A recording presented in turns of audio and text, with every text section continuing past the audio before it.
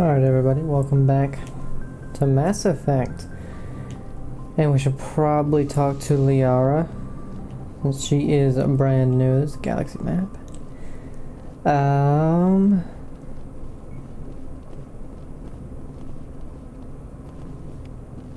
What?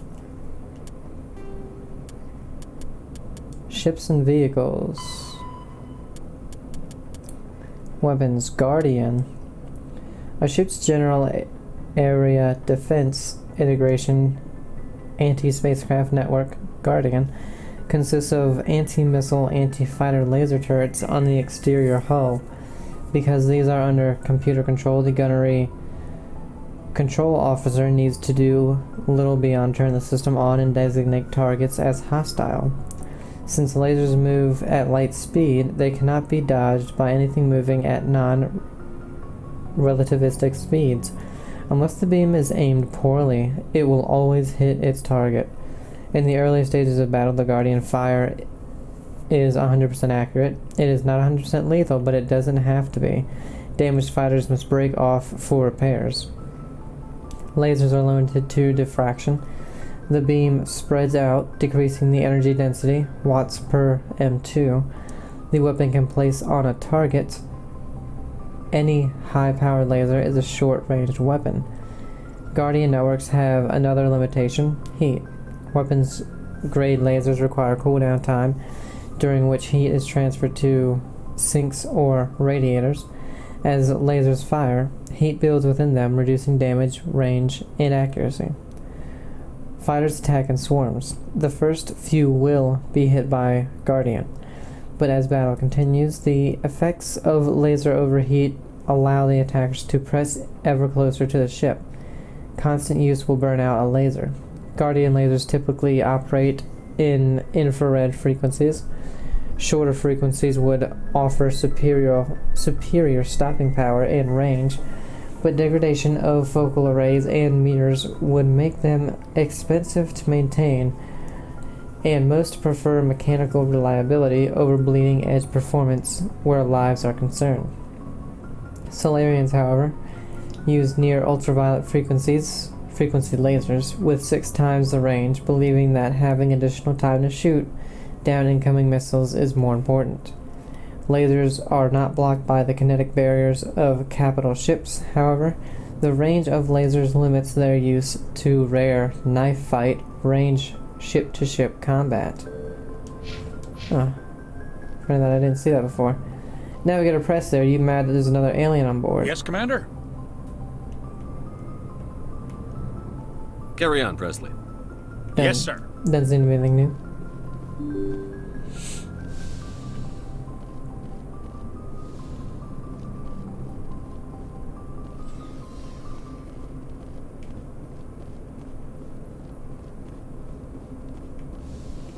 Caden. Oh, let's see if the doctor has checked up on Liara. But she's right here.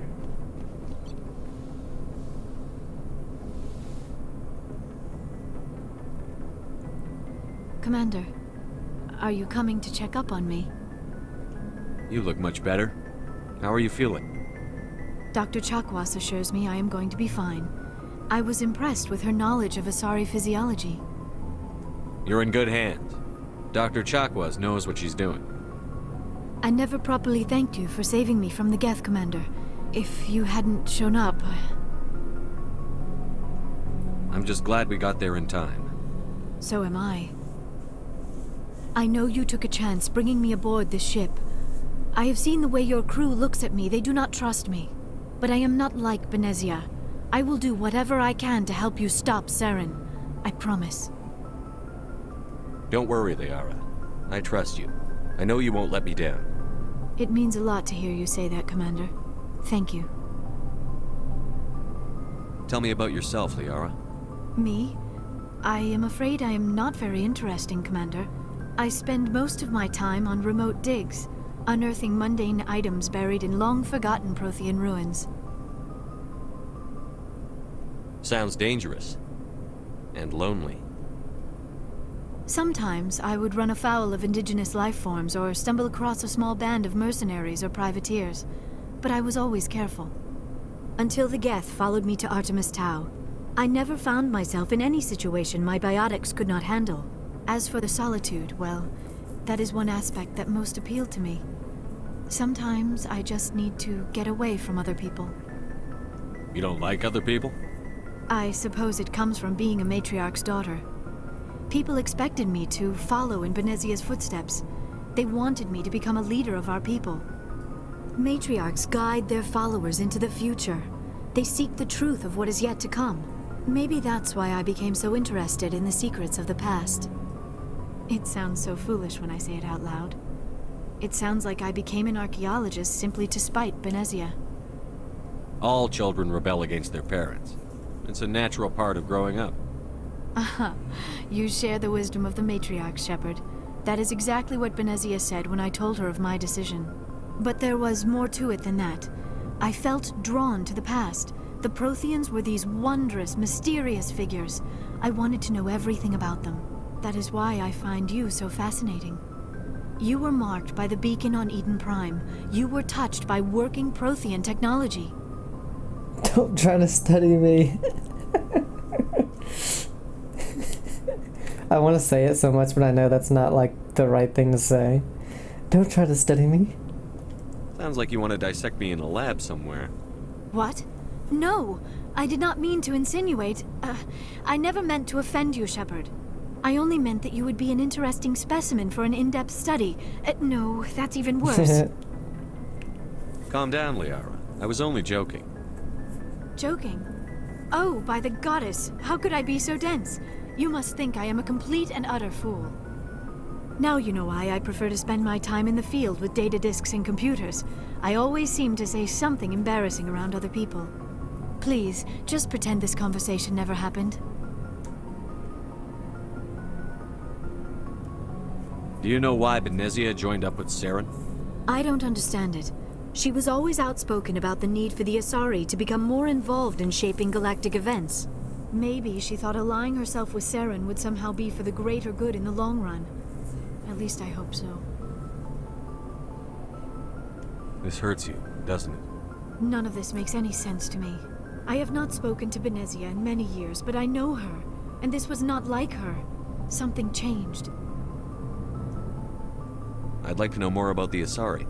We were the first species to discover the Citadel. We were instrumental in forming the Council, and we always strive to be the voice of peaceful cooperation in galactic disputes. My people believe we are all part of a single galactic community. Each species contributes something to the greater whole. Although we seek to understand other species, it seems few of them seek to understand us. The galaxy is filled with rumors and misinformation about my people.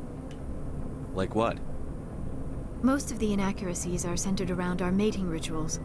My species is monogendered. Male and female have no real meaning for us. We still require a partner to reproduce. This second parent, however, may be of any species and any gender. I don't understand. Your species can mate with anyone? Mating is not quite the proper term, not as you understand it. Physical contact may or may not be involved, but it is not an essential element of the union. The true connection is mental. Our physiology allows us to meld with other beings. We can touch the very depths of their minds. We explore the genetic memory of their species. We share the most basic elements of their individual and racial identities. We then pass these traits on to our daughters. It is how we learn to grow as a species and how we develop a greater understanding of other races. What happens to your partner after the union? Every relationship is different. Some unions are a single encounter with both parents parting ways afterwards. Others can be more long-term. Sometimes an Asari and her partner will stay together for many decades. Do you know who Matriarch Benezia chose as her partner? She rarely spoke of her partner. Though I know my father, if you want to use that term, was another Asari.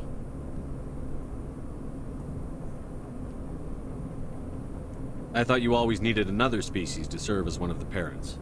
Think about it, Shepard. If we were not able to mate with our own species, we would have died out long before we ever mastered spaceflight and left our homeworld.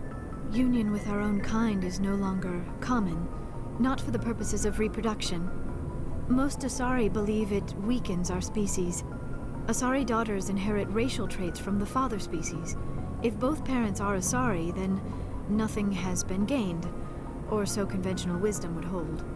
I am what is sometimes called a pureblood, though no Asari would ever be cruel enough to say the word to my face. It is a great insult among my people. It is possible Benezia's partner was embarrassed by their union.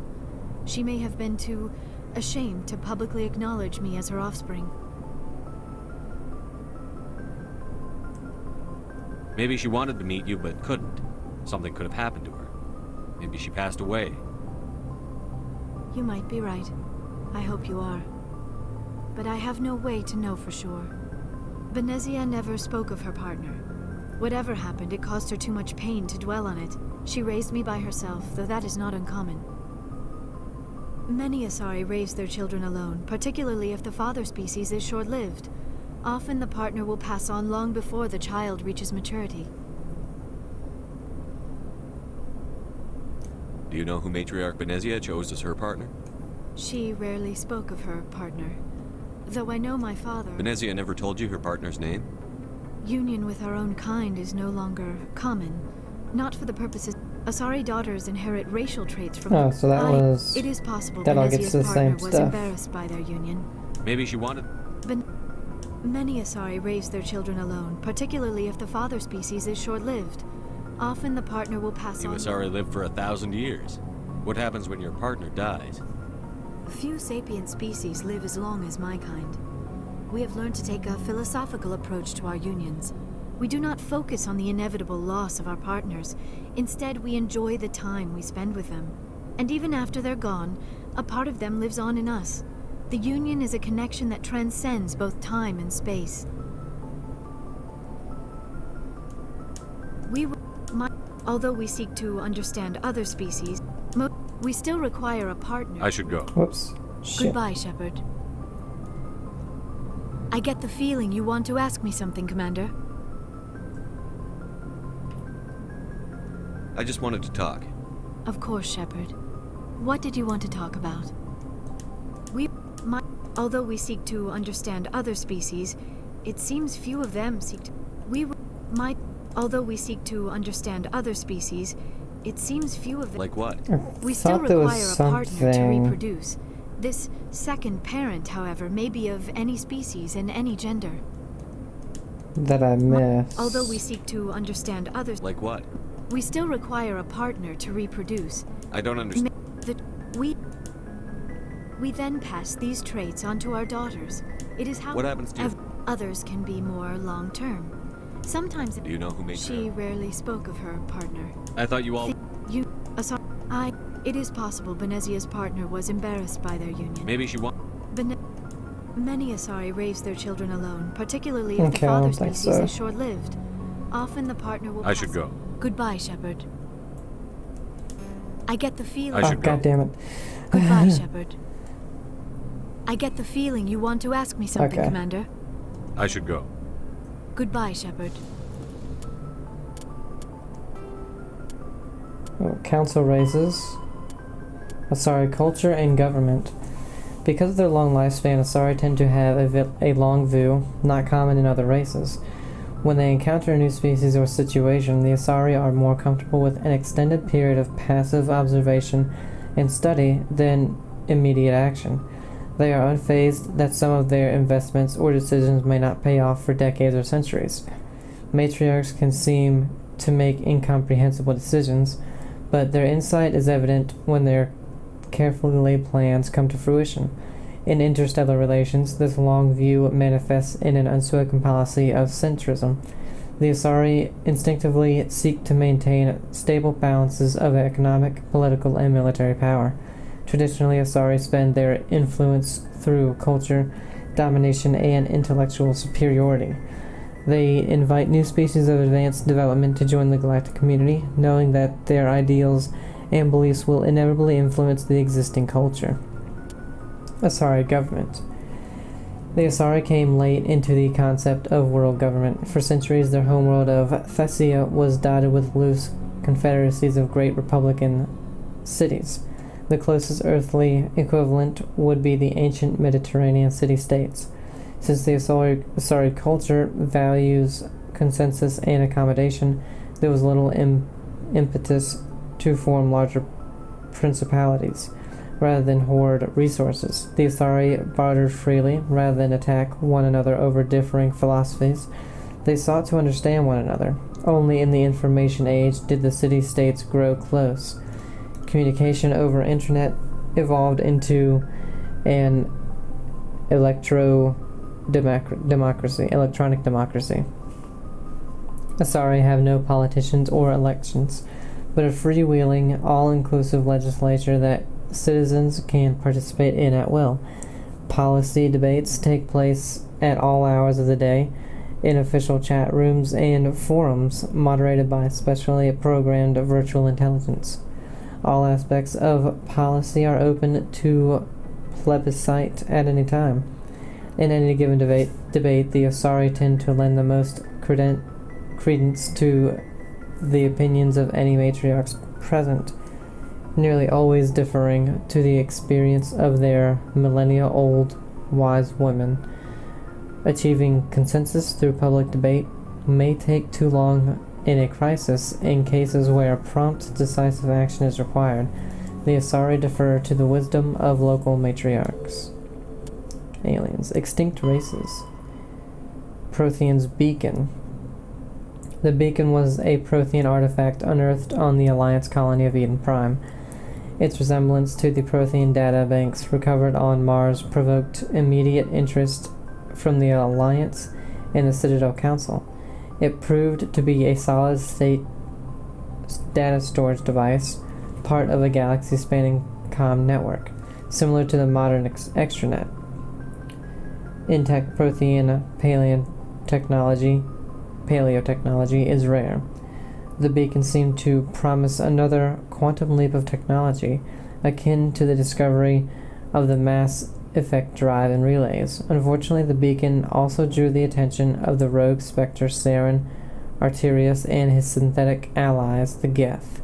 A dawn raid by his flagship Sovereign resulted in hundreds of civilian casualties. The beacon was badly damaged. The motives behind the attack are still being investigated. During the recovery operation, the beacon fired a pulse of energy at the executive officer of the Alliance frigate Normandy. Lieutenant Commander Shepard survived and appears to have suffered no ill effects. Afterwards, the beacon fell inert. The mechanism appears to be dead.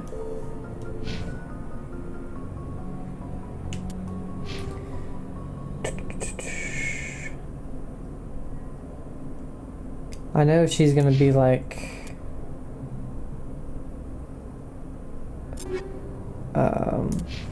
needing a lot of level ups and stuff, but can't do that now. Yes, Commander? Is there something you need? I should go. Goodbye, Commander.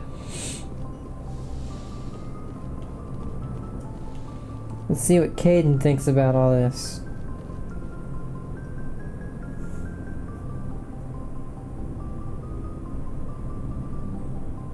Anything you need, Commander? What's your opinion on the last mission? Dr. Tassoni. Seems like a sweet girl. Easy on the eyes. I mean, if you like the bookish sort. Oh, I do. Just remember, Lieutenant, I saw her first. Only by a few seconds, sir. Just trying to get a sense of where the crew's at. Thoughts?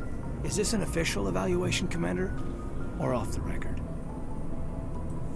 Alenko, when it's just you and me, you can consider it off the record. That's a generous attitude. Okay. I think there's something wrong with all this.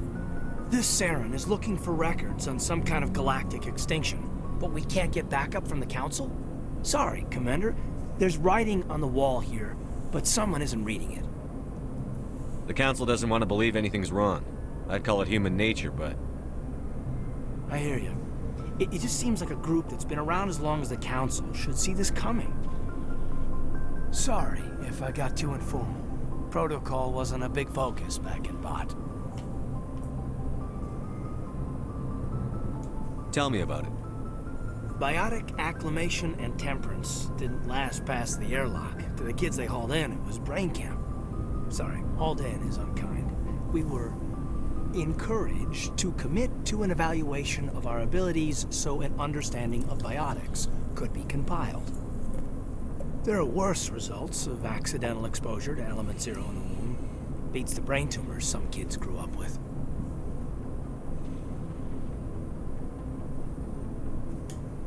Is there some question about how you were exposed? My mother was downwind of a transport crash. It was before there were human biotics, a little after the discovery of the Martian ruins. It only gets iffy around 63 when Kinetics was running out of first-gen subjects. Until then, they'd relied on accidentals. Bunch of guys in suits show up at your door after school, and next thing you know, you're out on Jump Zero. Jump Zero is a long way from home. What was it like? The grand gateway to humanity looks a lot better in the vids. But that's my own baggage, Commander. No bearing on this. Alenko, there's no regulation that says you can't be friends with your commander. I appreciate that, Commander. I just don't want you to think that I'm a whiner. Besides, I've got my past squared away. Codex. Technology. Biotics training. Biotic implants and amplifiers only provide the potential to create coherent mass effect fields. Whether biotics can actually do so is largely determined by their training. Biotics must develop conscious control over their nervous systems, sending specific electrical impulses to the Element Zero nodules. Embedded in their nerves, they are taught to use their implants and amps with biofeedback devices and physical mnemonics. Specific gestures or muscle movements fire the proper sequence of nerves to activate a certain skill. Kinetics. Industries pioneer biotic training with the Biotic Acclimation and Temperance Training Program. Although Bot did not achieve the desired results, many techniques taught are still used today. Many human tanks are trying to develop some form of biotic super soldier. Most are benign efforts to create more flexible troops. Others, less publicly known, are unapologetic attempts to create Knightian Superman. Okay. Well, let's see if the other crew members have anything to say. This is my bunk.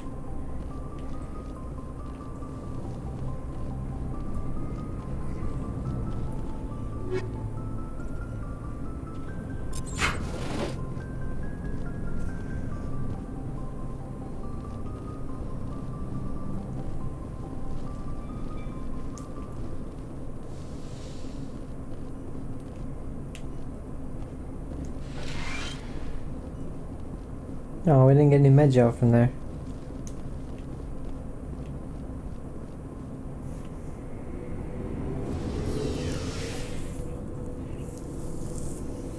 We max out at 6 though.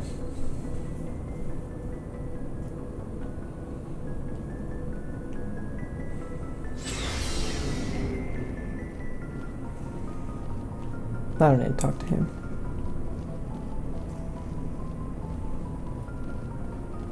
Commander, how are you? Why did you want to be a CSEC officer in the first place? That's a good question. There were several reasons, I guess. Like what? We went Probably through all the big one. this. He's taking my resignation pretty hard. That's tough. You think he actually talked me out of becoming a Spectre when I was younger for the same reasons?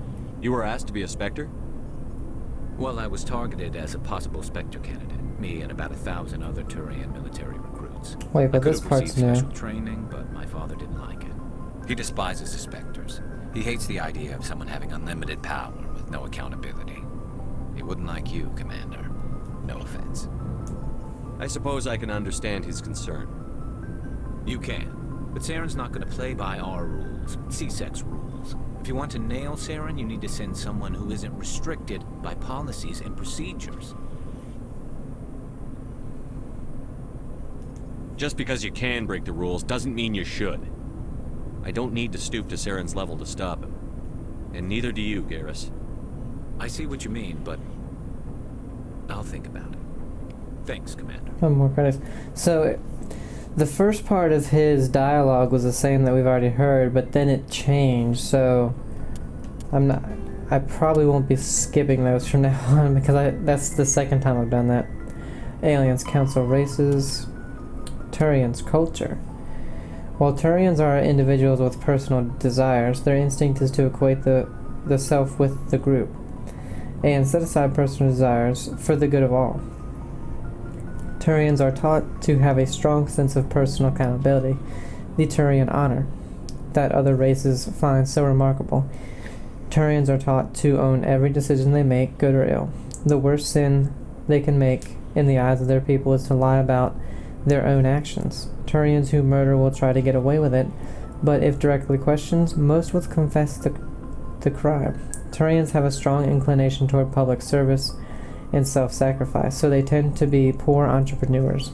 To compensate, they accepted the mercantile Valis as a client race, offering protection in exchange for their fiscal expertise.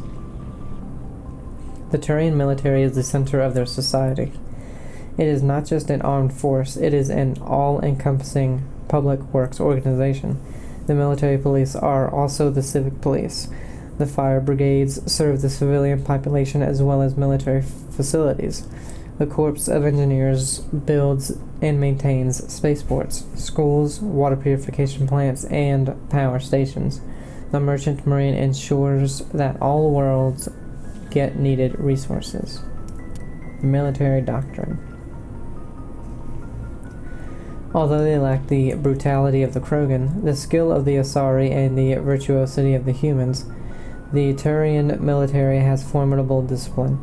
Officers and NCOs are lifers with years of field experience. Enlisted personnel are thoroughly trained and stay calm under fire. Turian units don't break. Even if their entire line collapses, they fall back in order, setting ambushes as they go. A popular saying holds, "You will only see a Turian's back once he's dead."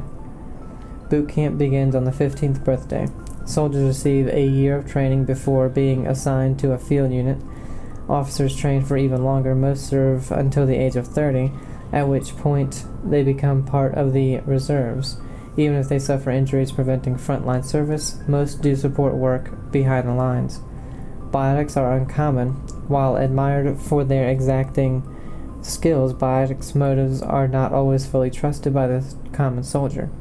The Turians prefer to assign their Biotics to specialist teams called cables. Command and control is decentralized and flexible. Individual squads can call for artillery and air support. They make extensive use of combat drones for light duties and practice combined arms. Infantry operates with armor, supported by overhead gunships. Strategically, they are methodical and patient and dislike risky operations. Tradition is important. Each legion has a full-time staff of historians who chronicles its battle honors in detail. The oldest have records dating back to the Turian lore, or Turian Iron Age. If a legion is destroyed in battle, it is reconstituted rather than replaced. The Turians recruit auxiliary units from conquered or absorbed minor races. Auxiliaries are generally light infantry or armored cavalry units that screen and support the main Turian formations. At the conclusion of their service in the auxiliaries, recruits are granted Turian citizenship. Rex. So, we've got Saren on the run. It won't be long now. Saren's good, but I'm better. Good. He's rotten. To the core. I could tell as soon as I met him. Why didn't you tell me this sooner? I would've if I thought it was important. I'll decide what's important. Now tell me how you know Saren. This was a while ago. A bunch of mercs were bragging about a job. out near the edges of the Terminus systems. They said it paid well and the boss was never around to ride them. They said he was looking for more men, too. So I checked it out. I didn't know Saren was openly recruiting mercs. It wasn't that open, and he only showed his face once. We'd been raiding ships in the area for months when we took out this massive cargo freighter. Our biggest haul yet. I was on board checking bodies for valuables, looking for some extra credits. That's when I saw him. What did Saren want with the ship? I don't know what he wanted. He was just moving through the ship, watching. A couple of the mercs called him by name, but he never spoke to them. Never spoke to anyone. I had a really bad feeling about him, so I got the hell out. Didn't even wait to get paid. What kind of cargo was the freighter carrying?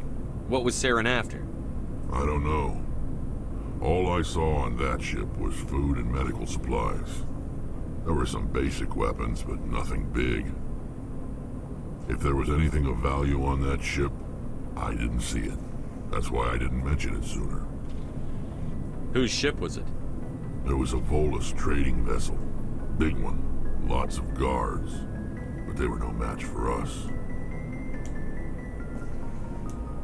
That's the only time you saw him? Yeah. Didn't even know who he was. Still wouldn't if I hadn't joined up with you. But my instincts were right. Every other merc on that mission turned up dead within a week. Every damn one.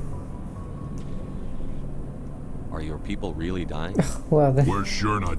We're too spread out. None of us are interested in staying in our own system. What can you tell me about the genophage? Ask the Solarians. Every Krogan is infected. Every... So long, Rex. Shepard. actually, Commander, you have a minute to talk.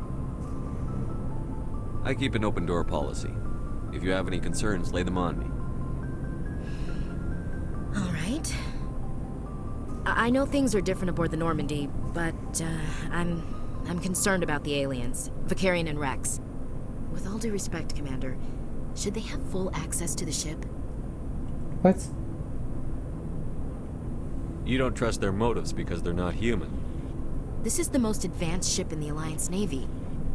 I don't think we should give them free rein to poke around the vital systems. Engines, sensors, weapons.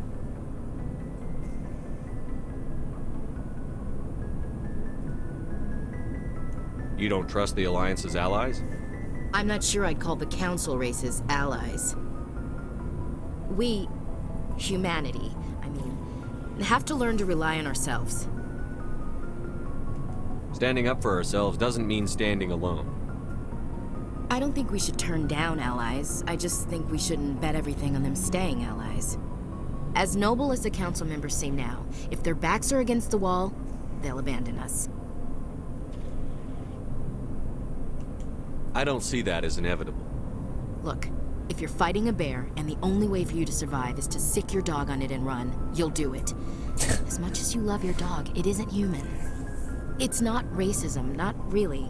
Members of their species will always be more important to them than humans are. I'm not sure about that. These seem like deeply held beliefs, Williams. What made you think this way? My family's defended the Alliance since it was founded. My father, grandfather, great-grandmother, they all picked up a rifle and swore the oath of service. I guess we just tend to think of Earth's interests as our own.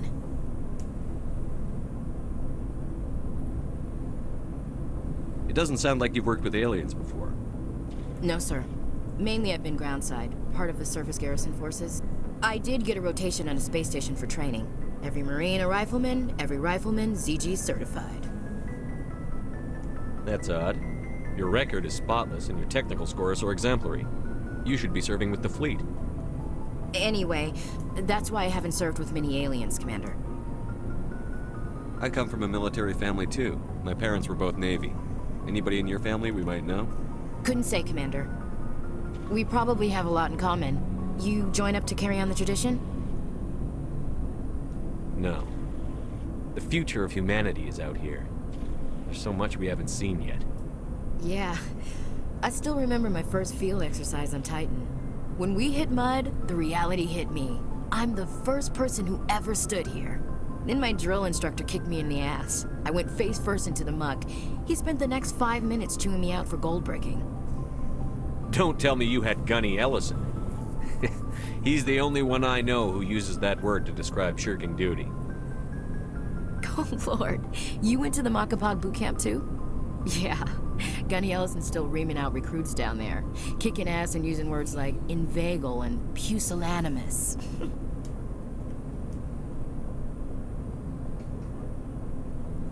All right. I can see where your concerns are coming from, Williams. But this is a multilateral mission. You're going to have to work with aliens, like it or not. It won't be a problem, Commander. You say jump, I say how high. You tell me to kiss a Turian, I'll ask which cheek. What about me? Would you kiss anyone I ordered you to? That depends, sir. If you ordered me to kiss a superior officer, that would be a violation of the regs concerning fraternization. That would make it an illegal order. I'd be required to decline and relieve you of command. Yes, sir. What's your opinion on the last mission? Not sure I buy Dr. Tassoni's story about her and her mom not talking. They're family, right? I think she's being straight with us. Or at least, I don't think she lies very often. Yeah, she's probably really bad at it. Hey, want me to ask her about her sex life? Might be illuminating. I don't think she's used to teasing. Good-natured or otherwise. No fun, Commander. Too bad those ruins got destroyed. I mean, they lasted thousands of years. That's impressive. We'll talk later, Williams. Looking forward to it, sir.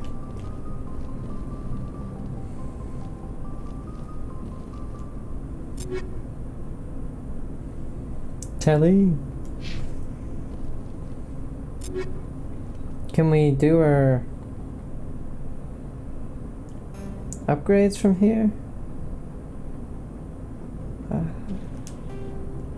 Or her, whoops. I don't know what I just did. It doesn't look like it. Darn.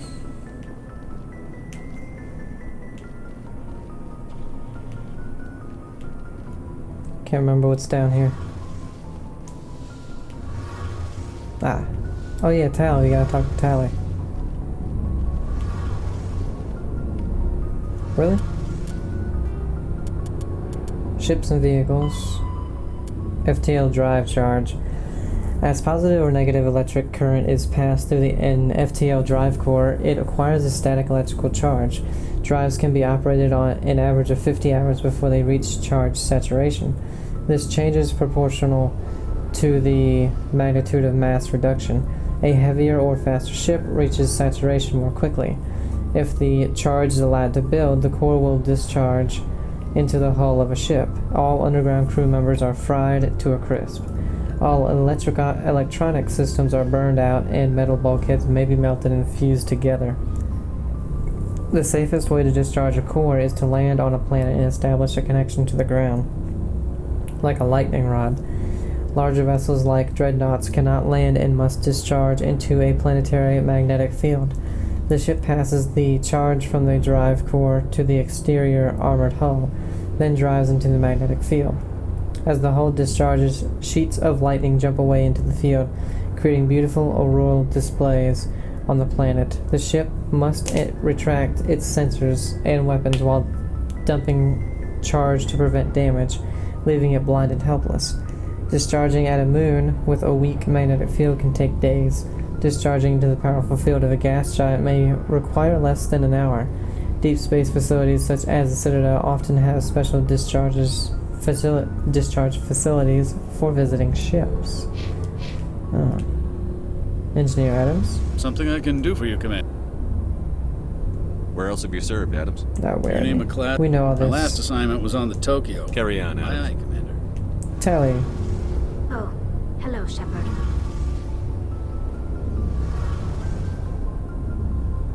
Are you okay? I don't know. Your ship is amazing, and your crew's been really great to me, especially your chief engineer. But I just sort of feel out of place. The Normandy runs so smooth it feels like we're not even moving, and the engines are so quiet. How do you sleep at night? The silence wakes you up? Back on the flotilla, the last thing you want to hear is silence. It means an engine's died or an air filter shut down. I guess you don't have to worry about that here. But old habits die hard. But it's more than just the silence. This ship feels so empty. It's like half the crew is missing. Back home, I couldn't wait to go on my pilgrimage. I couldn't wait to get away from the crowds. Now that I'm out here, I kind of miss them. Sometimes we don't appreciate what we have until it's gone. That's true. I'm starting to wonder if that's what the pilgrimage is really about. It's given me a whole new perspective on my people and our culture. You know, there's always a few who go on their pilgrimages and never return. I always assumed something bad happened to them, but maybe they just wanted a different life. You do plan to return to the migrant fleet, right? I could never abandon my people, Shepard. I will go back eventually, but we have to stop Saren first. Otherwise, I might not have a home to go back to. I should go. See you later. Okay. That's everybody. I kind of wish, when we talk to them and we've exhausted, the dialogue in certain things, that it would kind of gray out. That way I know that I've already done all that. Because like Garrus, we have asked him about C-Sec before. So that's why I figured, oh, okay, this is something that we've just already asked him. But as it turned out, it wasn't. And so I kind of missed the first half of that because I was like, oh, I'm just going to skip it because we've already heard this. It's a tad frustrating.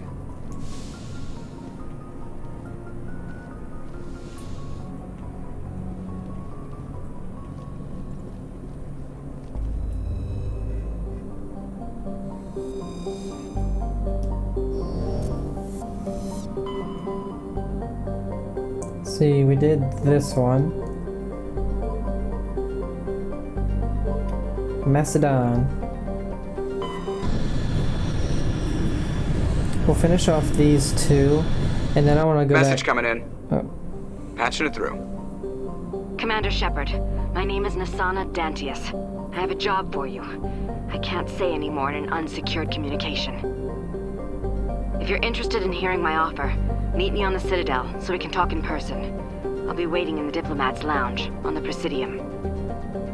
Okay. I want to go to the other two that I didn't do this on to see if there's anything unknown. Light metal. While scanning this astrofield in the Artemis Tau cluster, you detected a large deposit of titanium. Let's see. Patavig. Patavig is the second of the Macedon system's giant terrestrial planets, and by far the more interesting. Most of the surface is covered by a vast sea of liquid ammonia, in which a unique aquatic ammonia-based biosphere has developed, while the frozen continents are largely bereft of life. A rich bounty of complex organisms, many larger than a human, flourish in the chilly, toxic seas. While dreadfully inhospitable to humans, Patavig is unsuitable for colonization by the Volus. Negotiations between the system's alliance and the Volus patrons, the Turian hierarchy, have made good progress. Fargalus. Fargalus is a standard hydrogen-helium gas giant with an abundance of airborne hydrocarbons. Survey. Scans from orbit had detected a large concentration of xenon. Shargilla. Oh, we can land on this one. Let's see. Porolin. Porolin is an enormous terrestrial planet half again the size of Earth. Despite its thick atmosphere, the weak output of the red dwarf Macadon leaves its surface biting cold. The crust is mainly composed of silica. Yes, but significant deposits of iron and other industrial metals are present.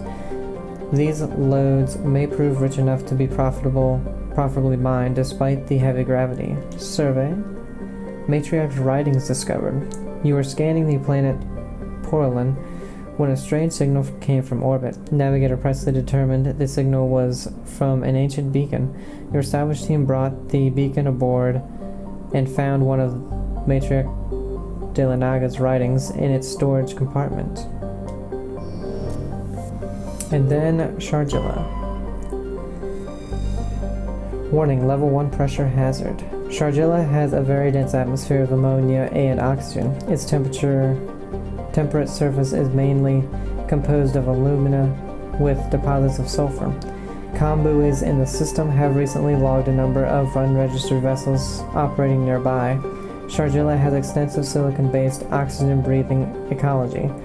Heavily populated areas are covered with the fine silicon dioxide, dust, the respiratory byproduct of the world's higher animal forms. High-speed surface winds, often laden with abrasive silica dust, present a hazard in areas where the wind deposits a great deal of silica. Footing can be treacherous. EVAs are discouraged. Let's land.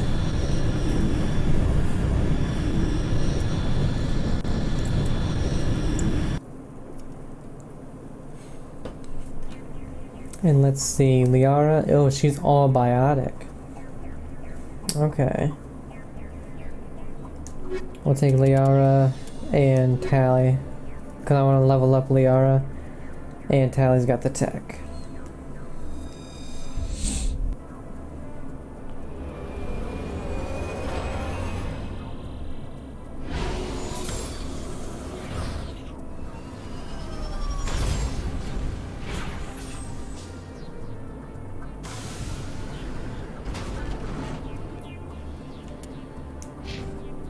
She has 38 points. Wow. Well, the first thing we're going to do is Sorry Scientist. Reduces recharge time of biotics, improves health restored and recharge time on squad healing. Okay, then...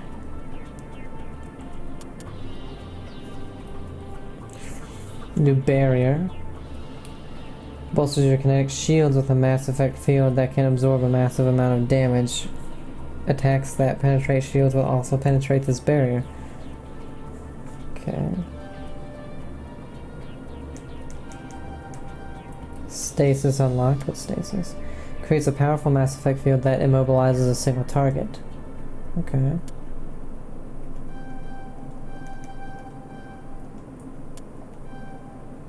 Contains the target in a Mass Effect field that holds them in place, but also makes them immune to damage. Makes stasis available for use more often. And then... let's see. Either first aid or throw or warp. Let's do first aid, maybe?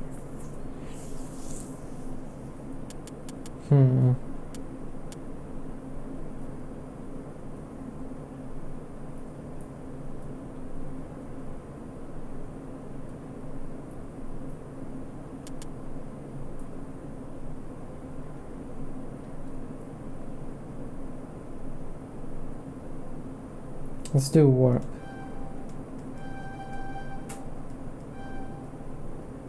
With singularity. Projects a sphere of dark energy that creates an intense Mass Effect field. Nearby enemies and objects will be drawn into the singularity, unable to escape its gravitational pull. Oh.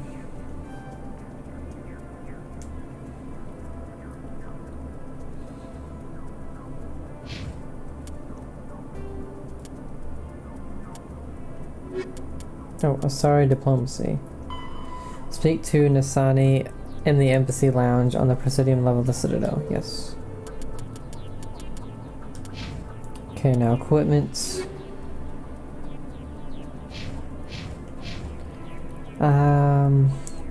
Let's see. Well, actually, you know what? Let's look at ours again. Because this is our assault rifle. We can get the Banshee 4. Better damage, better accuracy, but the heatsink's not as good. Let's get it. I like that it says install upgrades that you already have on this weapon to that one. That's really cool.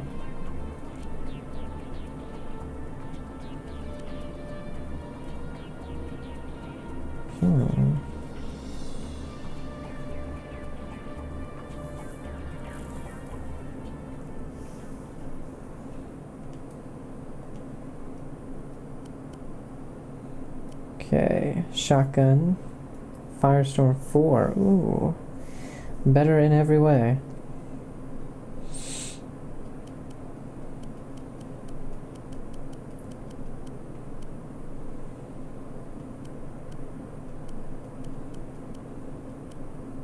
Stinger 2 is just the best one for us, I guess.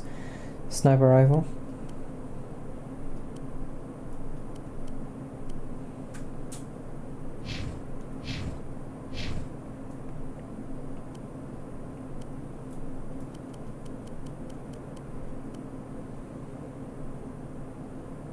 Let's see.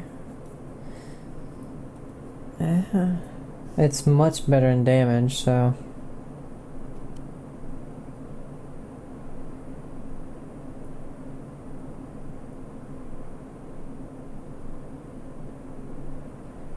No, we'll go with Lancer.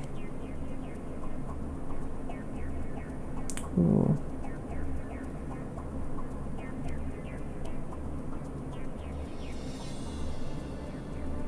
You can have... Actually, I want to save the Tornado for Rex, because I doubt she really uses shotguns. I feel like she... Well, she could be pistol shotgun. Man, a Striker 3 with that heatsink.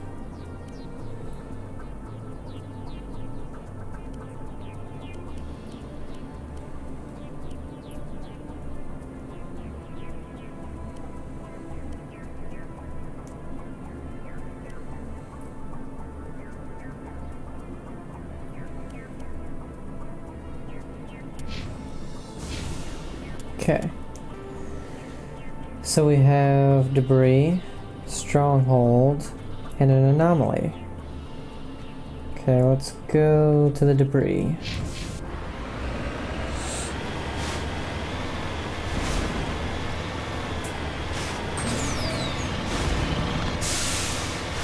And this is a planet where I believe we won't be able to get out for very long. It's one of those toxic ones. I think that was the first planet we went to, was one of those.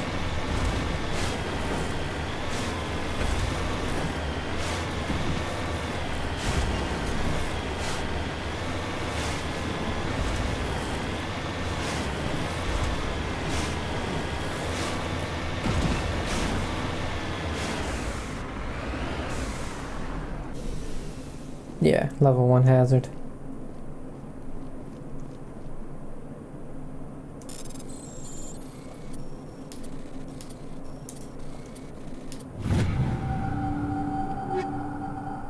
Emerald Grey Cryo Rounds.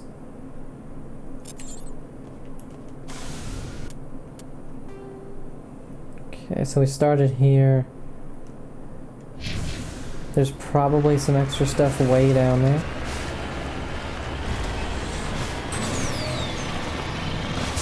Either that or another Thresher Maw.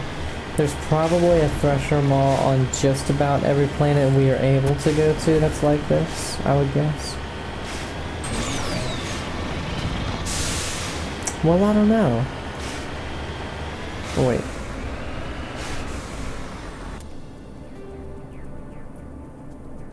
Oh, that's just the escape. Oh wait, no, we have... Wait, what? Wasn't that supposed to be Debris? Oh, and it... Okay. the debris symbol turned into the escape pod. Would there be a special mall on here actually? Because it doesn't seem like life can live on this planet.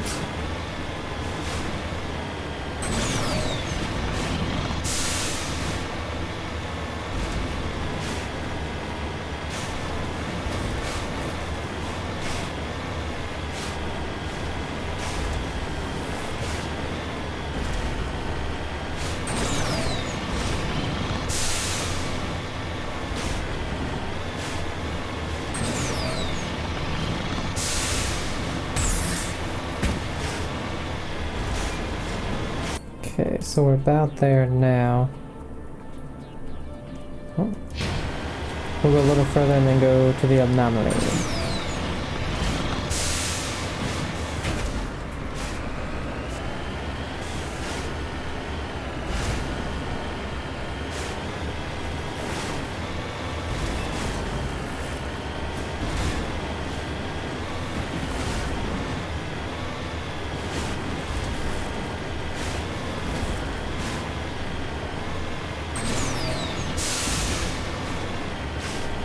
What the hell that's supposed to be.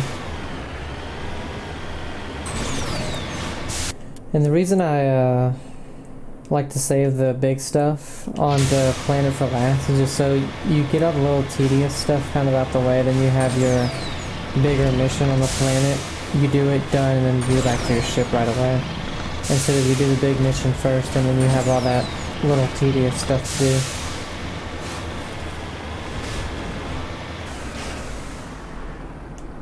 Whoops. Oh, you can just return to Normandy like that, okay.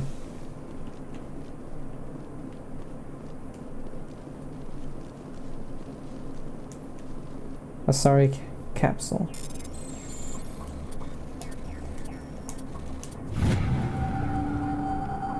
Matriarch's writings recovered. It's not clear who lived here, but it appears to have been abandoned for some time. The container in the tent held, among other things, one of Matriarch Dillinaga's writings.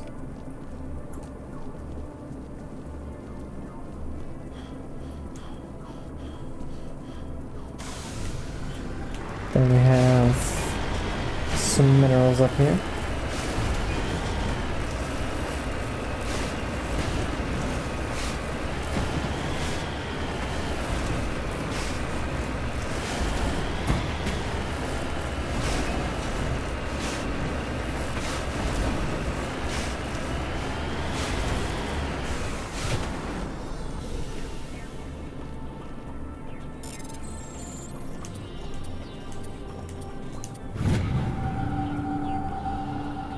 You have successfully surveyed a large deposit of thorium.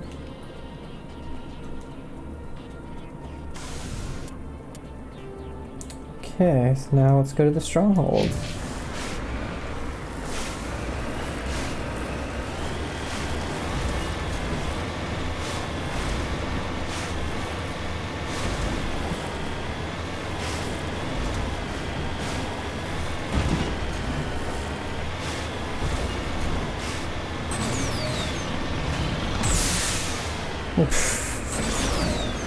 Oh, we got some onions.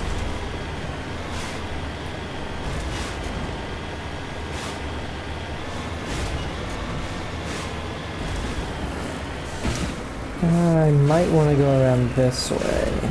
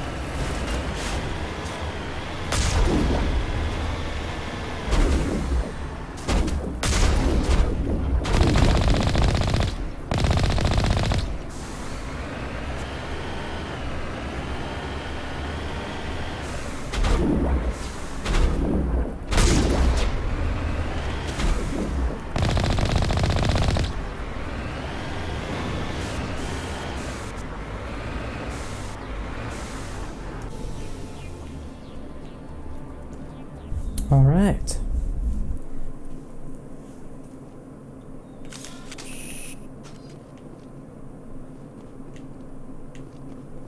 Okay, so she's pistol, she's sniper.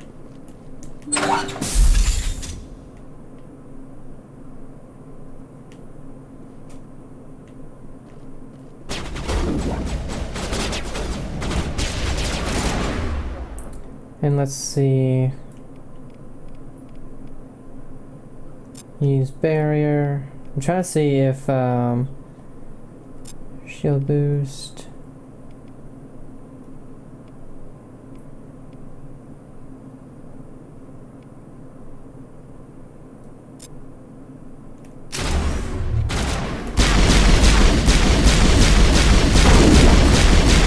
Oh god. Who the hell almost killed me?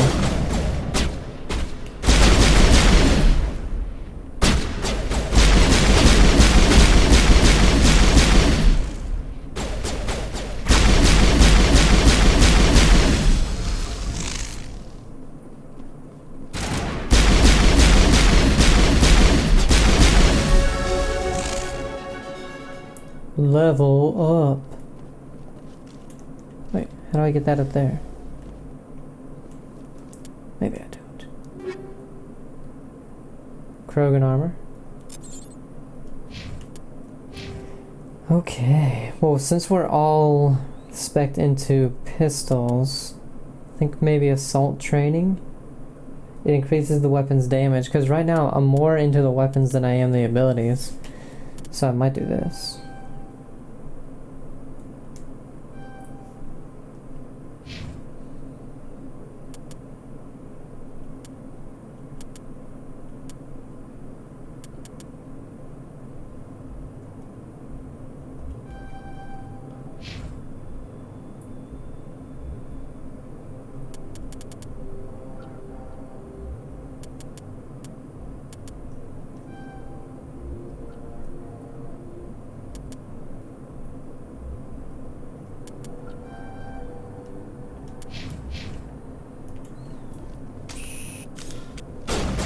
Oh.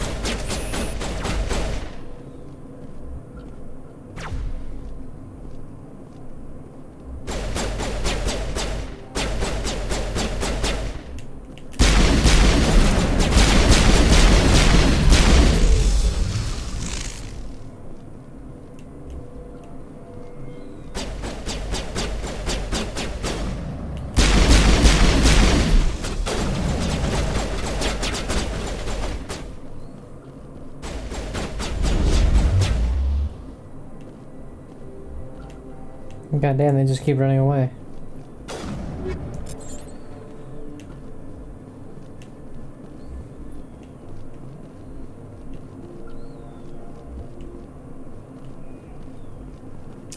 Oh, I guess it's just saying that that's a fuel tank. Oh, they went upstairs, okay.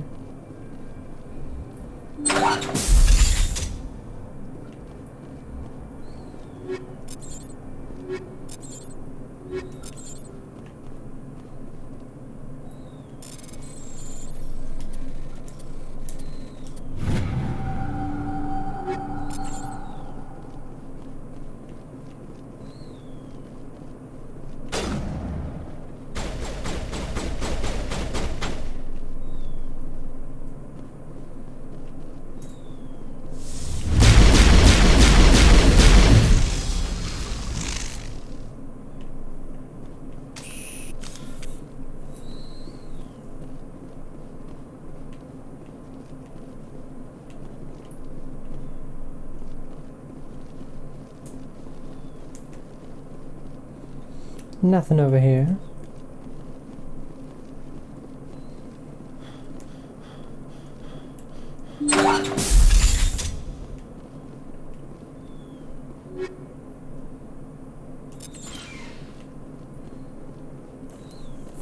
Decryption skill too low. God damn it. Really? He discovered evidence that the Asari leading these slavers and Nassana Dantius, an important ambassador on the Citadel, are sisters. You should return to the Presidium and confront Nasani with this. Oh. So, decryption.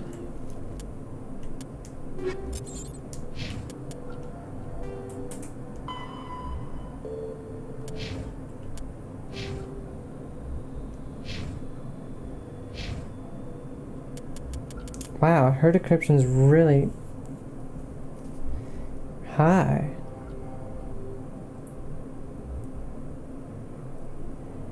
I don't think I have anyone with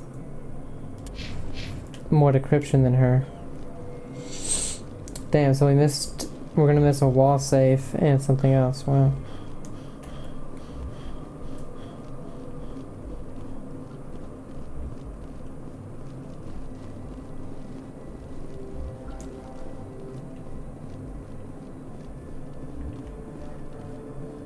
How the hell are you supposed to get this?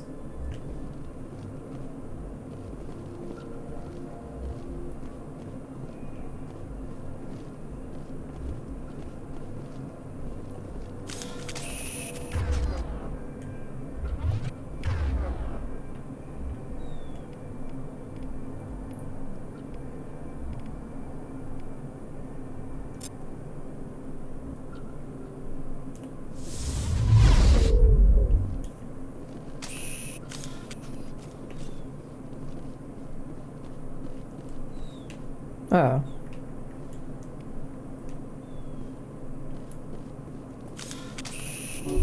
There we go. Metagel deployed.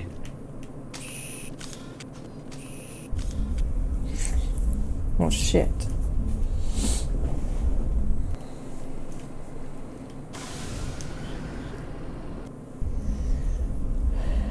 Trying to think decryption. Garrus might help with that. I want to see Tali and Garrus.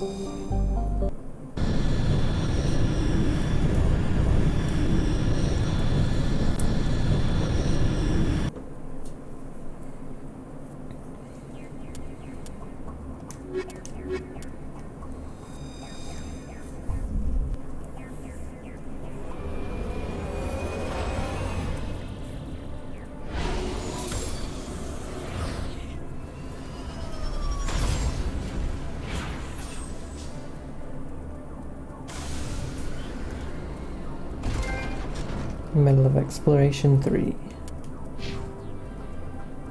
Okay, his decryption's full. Okay.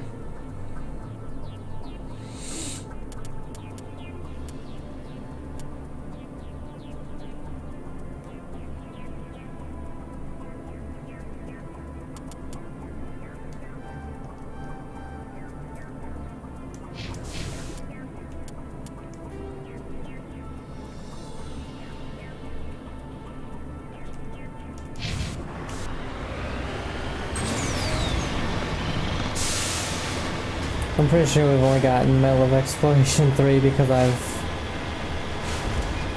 continuously landed on 2 planets. I mean, only one time on each one, but still.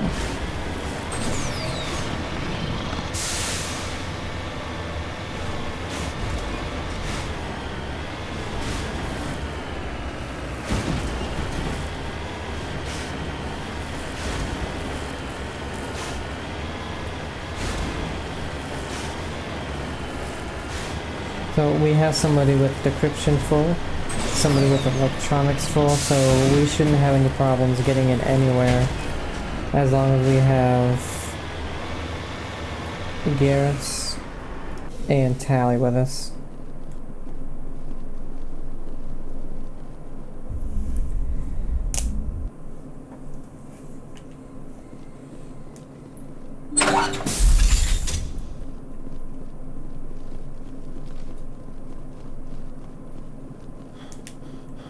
Which does mean it helps to get multiple people spec'd into those 2 things so that we don't run into that.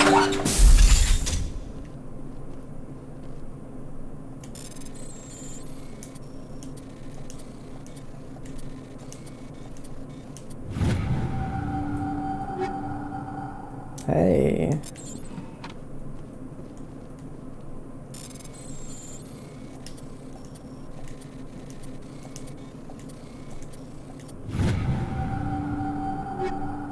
Ammo upgrade, incendiary rounds, and shredder. Oh. And a lot of money. Let's see how that pistol is. Oh, oops. Because what do I have? Stinger 2. Oh yeah. Edge 4.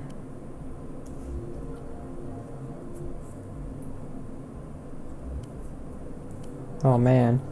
But the heatsink in this one sucks. Maybe I could put something on it with heatsink.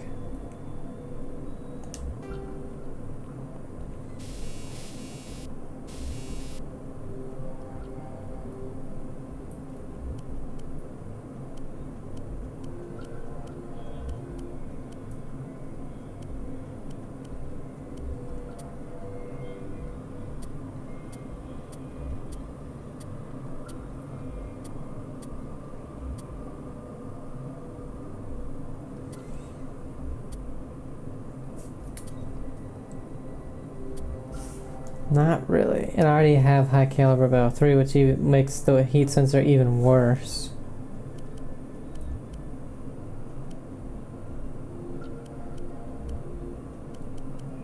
But there's honestly nothing really good with it.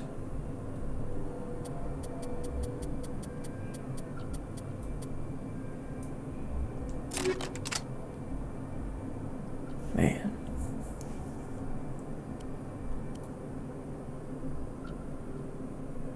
Well, we could go Stinger 4. It's less damage.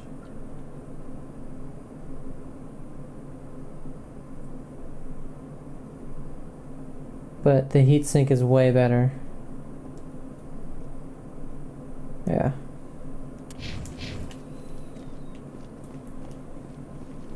It's not much. It's 13 less damage, which technically is a lot. But we can fire it a lot more.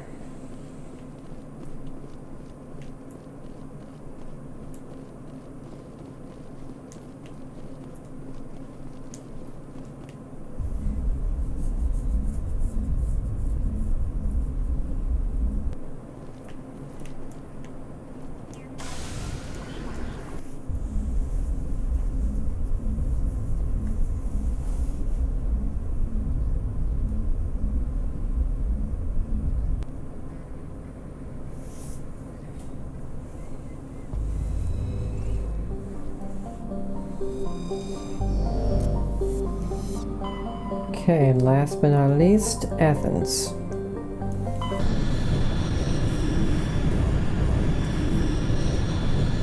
Commander, urgent message from Alliance Command coming in. I'll patch it through. Shepard, this is Admiral Hackett from Alliance Command. We've got a situation here, and you're the only one that can handle it. What do you need, Admiral? There's an Alliance training ground where we test weapons and technology in live fire simulations. One of the VIs we use to simulate enemy tactics in the drills is no longer responding to our override commands. It's gone rogue. Are you telling me this computer is thinking on its own? We're not stupid, Shepard. This is a virtual intelligence, not a true AI. It's not self-aware, and it can't access any external systems. We didn't do anything illegal here. Virtual intelligence support is critical to our military success. VIs process thousands of status reports and react in nanoseconds. No human can do that. We need you to fight your way through the training ground to the VI core and manually disable it. Can't you disable it remotely? Our failsafes aren't responding. The VI operates on a closed network. It can't affect any external systems, but we don't have any direct access to its processes. We could bomb it from orbit, but the damage to the facility would be catastrophic. We'd prefer to have someone shut down the core. Someone like you. I know Spectres answer the Council, but you're still human. You're still part of the Alliance military, and right now we need you. The VI controls all the facility's weapons, drones, and automated defenses. You're the only one that can pull this off, Shepard. Good luck. Did I say I was gonna do it?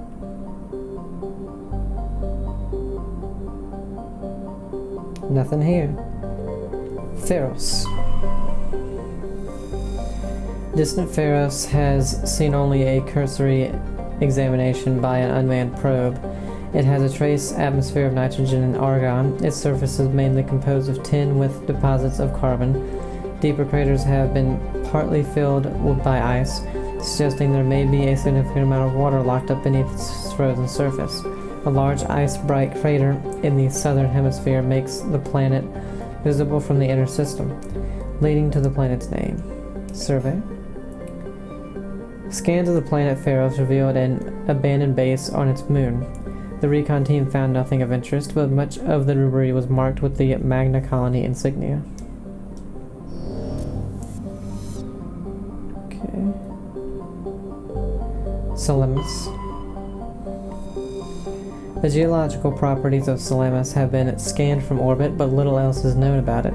Due to its thick carbon dioxide atmosphere and proximity to the energetic star Athens, the equatorial daytime temperatures have been known to turn the surface molten.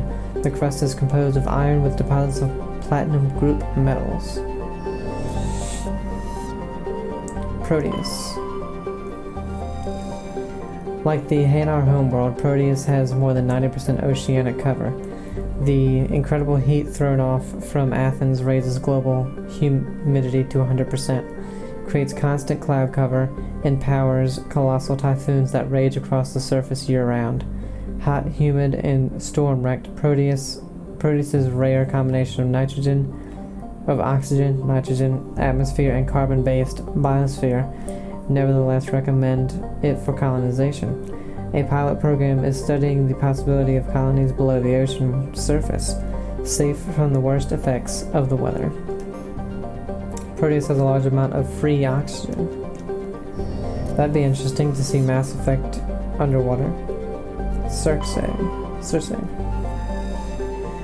is a modestly sized hydrogen and helium gas giant with traces of sulfur and chlorine.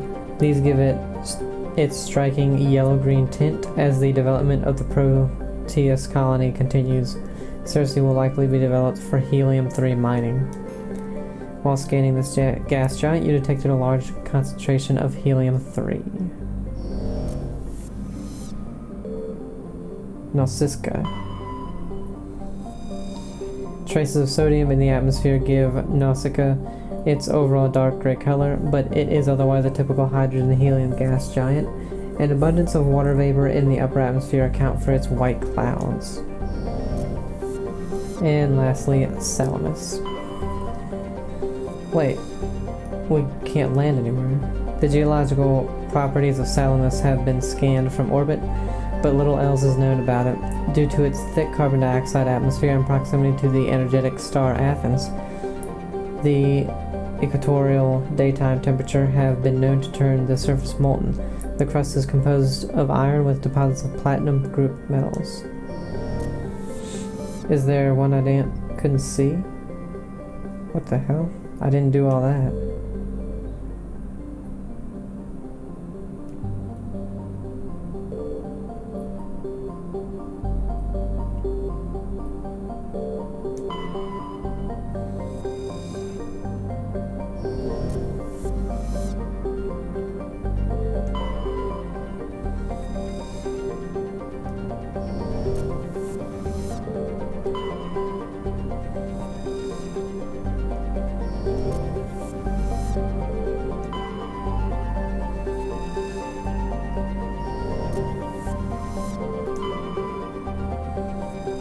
Nothing. What the hell? Did I miss something around here?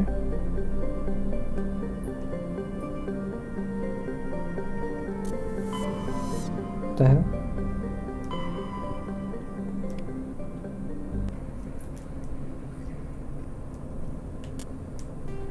Rogue 6. Located on Earth's moon. Head to the Sol system and the local cluster into. Oh, okay. Sol system. Oh, wait. What else is it? Ah.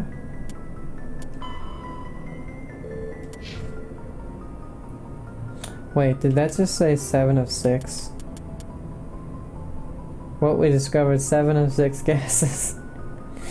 Or maybe it's the other way around on that one. That's weird. Okay, so... Sol system.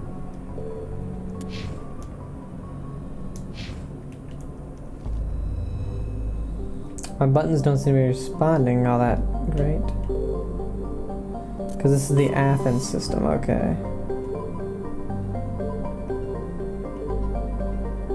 That is Artemis Tau.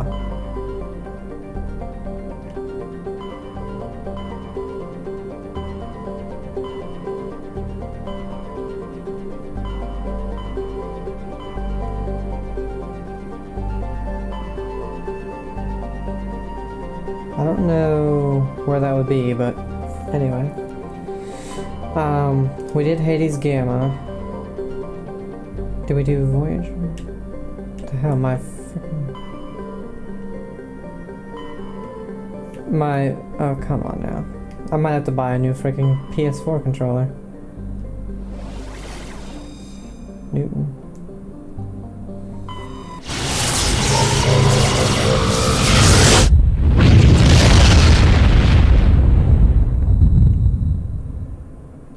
Message coming in. Again. Patching it through. I've received some information I thought you'd want to see, Commander. Someone is killing former Alliance scientists. There have been 4 deaths in the past month. I'm happy to look into it, Admiral. What can you tell me?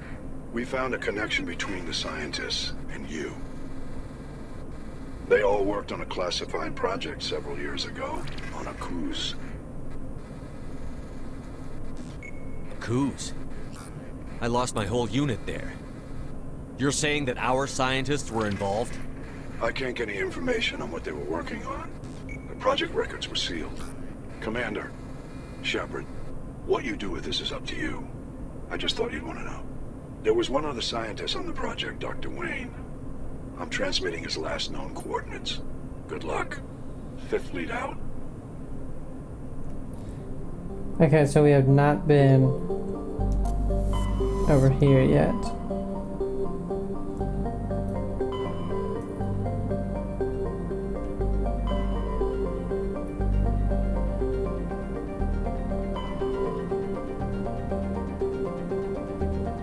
Where have we been? I don't know. Oh my god, my freaking joysticks keep drifting. Blah.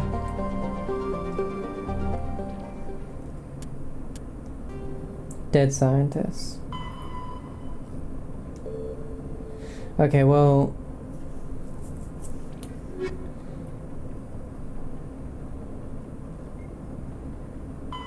Novaria.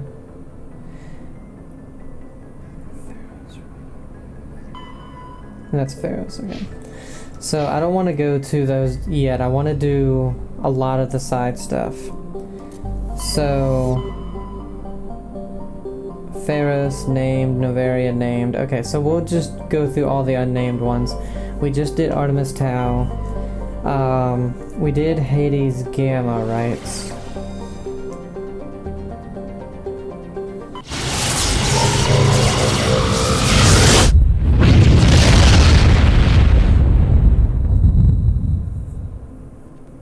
I might have to start writing them down, to be honest.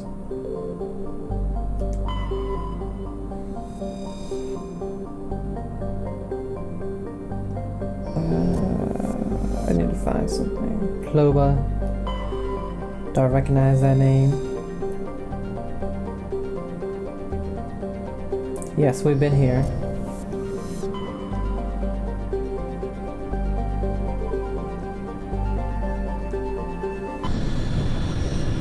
Why can't the other sound be like this instead of incredibly freaking loud? Okay, I don't think we've been here. Oh no, wait. We have, we just didn't go to that spot, I don't think.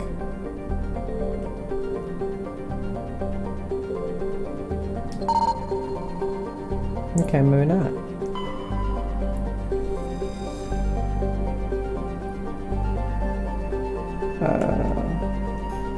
Okay.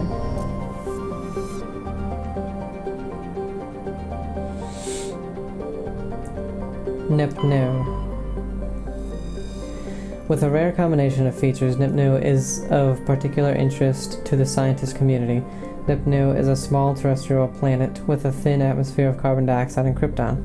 As well as with all the worlds of Farinata, its surface is scorching hot. The crust mainly consists of silicates laced with iron. While scanning this planet, you detected a large deposit of therium on a nearby moon. I'm gonna have to write down the places I've actually been to. Guantanamo. Guantanamo is a small broiling terrestrial world. Its thin atmosphere of carbon dioxide and methane is being steadily blown off by the powerful solar wind from the star Farinata. The surface is scorching hot and mainly composed of sulfur with deposits of copper. Its density is low enough to leave the world tidally locked to Farinata. The Alliance Defense Data Network notes that several ships have been spotted cruising near Guantanamo with transponders turned off. While an Alliance patrol attempted pursuit of one, the unidentified vessel routed to FTO. Its trail was lost when it obscured its light trace in the confusion of signals along the Anansi Ishtar shipping lane. Prothean data disk. Scans of Guantanamo revealed a derelict freighter in mid-stage of orbital decay. Your salvage team boarded the vessel and determined it had been attacked by raiders. There was little of value still on board, but the team did find a Prothean data disk.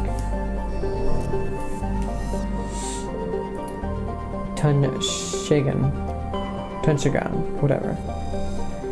Tunshagan is a hydrogen and helium gas giant with traces of chlorine and nitrogen in its atmosphere. It has an unusually small number of moons for a gas giant, a mere 7.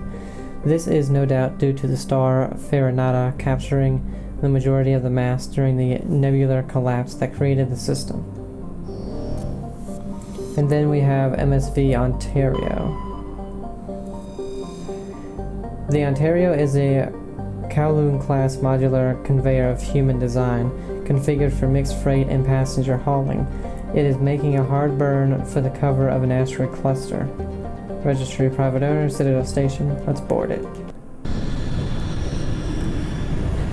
I found that, I think in one of the last 2 videos, I constantly bring Tally. I want to bring like Rex or somebody, but her tech strength is so high that I need it.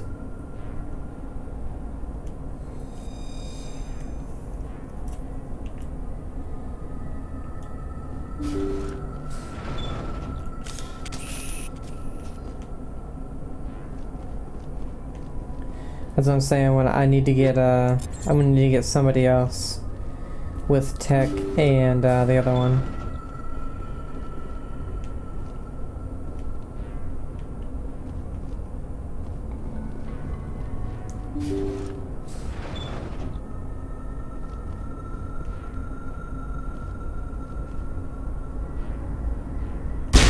Intruders! Oh, Kill God. the hostage!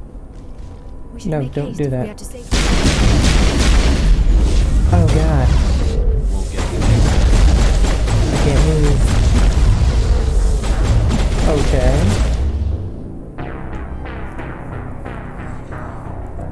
I couldn't move at all.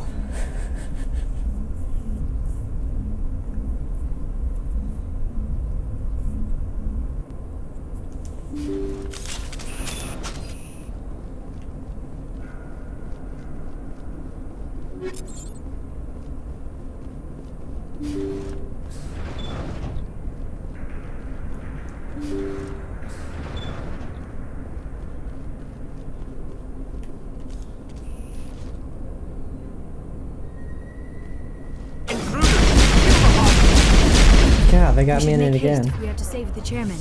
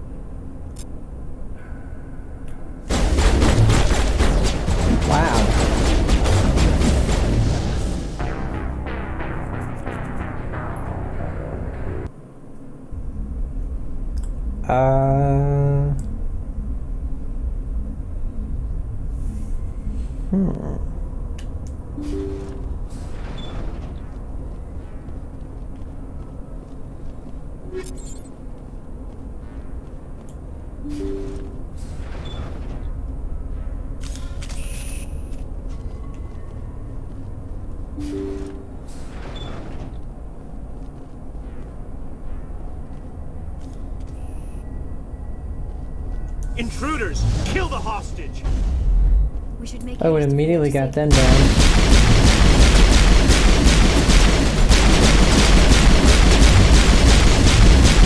Shit. God, help me. Help me, guys. This is killing me as well. Gotta make sure that doesn't. Yeah, no shit. Wait, how did it get me too?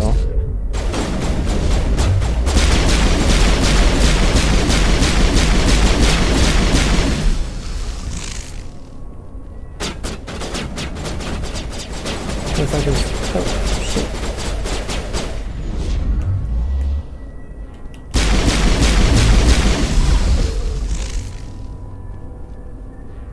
What?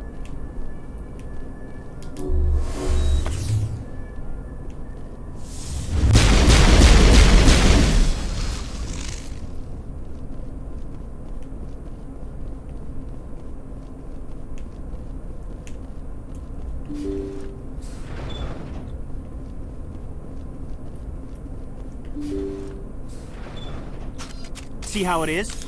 You write letters and everyone ignores you. Force is the only thing people appreciate. So how about if I kill Chairman Burns and finish this charade? Please, I was trying to help you people. Let's not do anything we're all going to regret. Why not? What have we got to lose? Since the chairman here decided that we didn't get reparations, we've got nothing left to live for. But I've changed my mind. Seeing you all, it's clear that you all deserve... You had your chance. Some L2s are nearly crippled from side effects of the implants, but you voted against reparations. Think about this. Burns is the one man who can help you. Yes, if you release me, I can take another look at the reparations request. What, we're supposed to trust you? Sure, you promise us freedom and say everything will be fine, but as soon as we surrender, you'll double-cross us. I'm not promising to let you go. All I'm saying is that Burns will take another look. Right, Burns? Absolutely.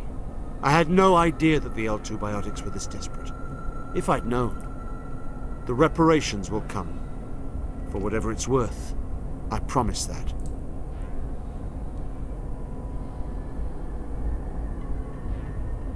You're right. I don't want to die. Maybe something will happen this time. We surrender. Thank you, Commander. I thought I was dead when they took me. I'll see to it that the reparations discussion is reopened. I didn't know they were so desperate. A 5th Fleet cruiser will be by shortly to pick you and the prisoners up. God damn, I died twice doing that.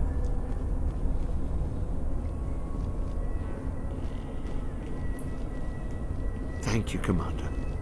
I thought I was dead when they took me.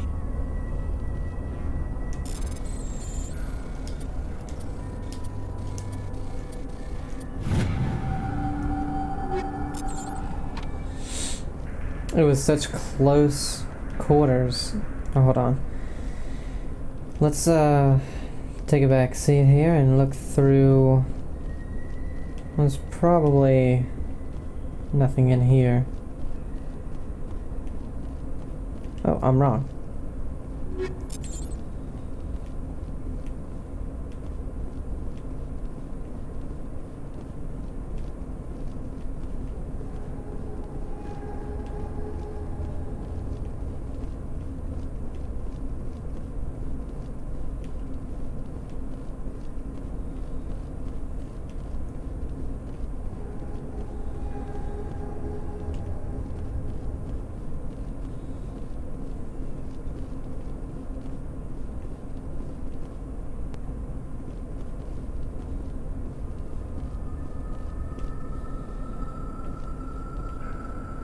Okay, so we got a crate. Alright, so we can go forward.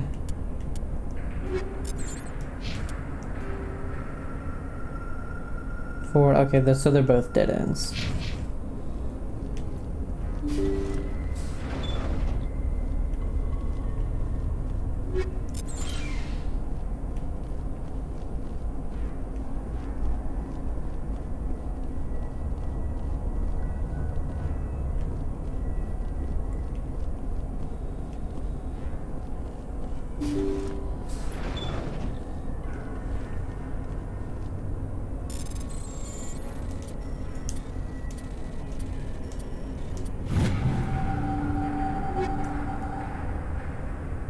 Stiletto 5. Let's check that one out.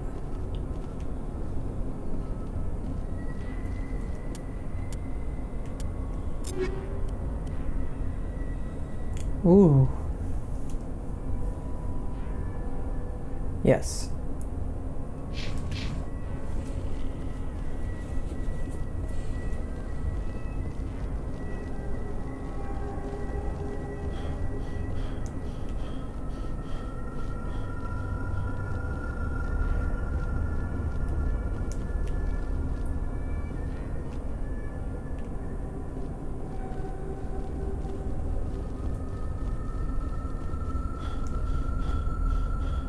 Okay.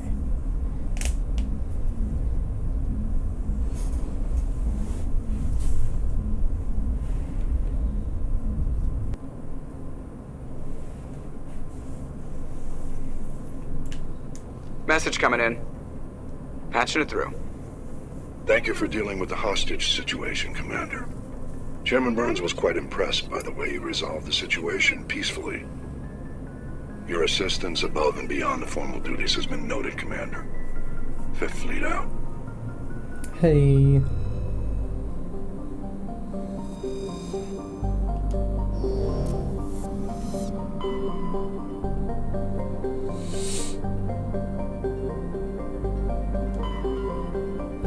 Okay, so we've done Hades Gamma, we've done Artemis Tau, Voyager Cluster. Ooh.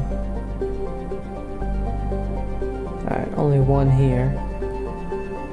That's Amazon.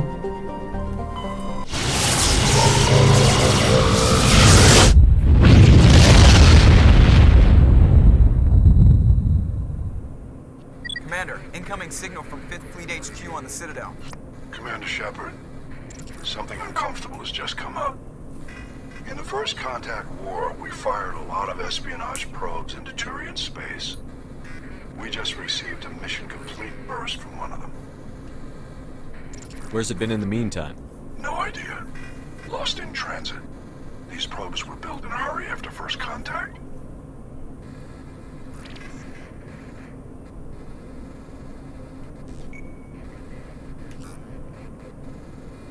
What makes this uncomfortable?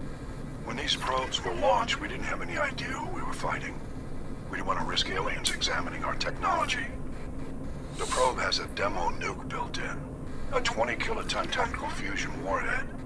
About equal to the bomb dropped on Hiroshima back in the 20th. If somebody finds that probe, tampers with it, you don't need me to finish, Commander.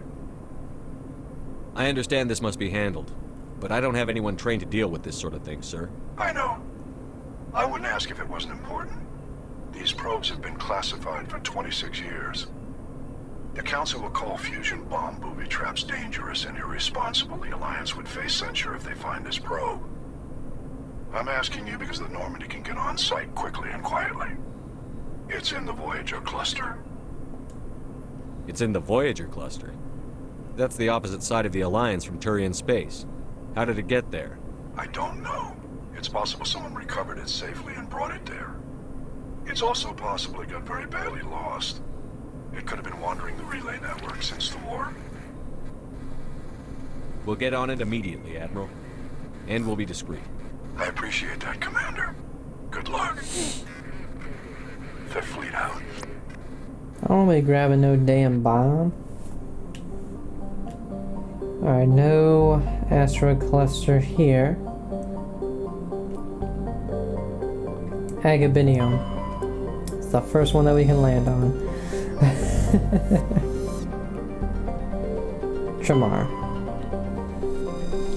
Tramar is a standard hydrogen-helium gas giant with traces of methane and nitrogen in its upper atmosphere. Scans from orbit have detected a large concentration of nitrogen. Sibin. A small rock and ice planet, Sibin has an extremely thin atmosphere of hydrogen sulfide and ethane. Its frozen surface is mainly composed of magnesium and silicates with deposits of iron. Sibin's crust contains significant deposits of green serpentine, a mineral formed by volcanic activity. This suggests Sibin was a more geologically active world in the distant past. Terrain insignia recovered. While scanning the planet Sibin, you discovered a large mine grid in geosynchronous orbit. With help from Navigator Presley, your recon team recovered a small unmanned probe marked with the Quantum Outpost insignia. Dernika. Dernika is an enormous terrestrial world, nearly twice the size of Earth. Its environment is similar to that of Mars. Arid and a mix of craggy basalt highlands and sand, scoured deserts of iron-laced silicate dust. Dernika's atmosphere mainly consists of carbon dioxide and argon, but the planet's mass is great enough that measurable amounts of helium and even molecular hydrogen remain trapped in its atmosphere. The planet's gravity well is deep enough that it has collected nearly a dozen small satellites, most captured asteroids. Its surface is scarred by many large impact craters, marking the final resting place of other captured asteroids. Sonedma. Sonedma is the second of the Amazon system's arid superterrestrial worlds. It is considerably less dense than its neighbor, Dernika, and has an atmosphere of carbon dioxide and ethane. Its frozen surface is mainly composed of iron-laced silicates with deposits of sulfur. While scanning this planet, you detected a small deposit of polonium. And lastly, stop drifting, come on. Agbinium. Agbinium is a small terrestrial world with an extremely thin atmosphere of carbon dioxide and krypton. Though the planet has sufficient mass to maintain a much thicker atmosphere, much of it has been blasted away. The red giant Amazon is a long-period variable star, currently at the nadir of a 16-year cycle. At peak, its energy output doubles, lashing Agbinium with intense heat and radiation. The crust is mainly composed of aluminum with deposits of tin. Much of the surface is coated with fine silicate dust, which easily penetrates the smallest cracks to foul machinery. Land. Land a-ho!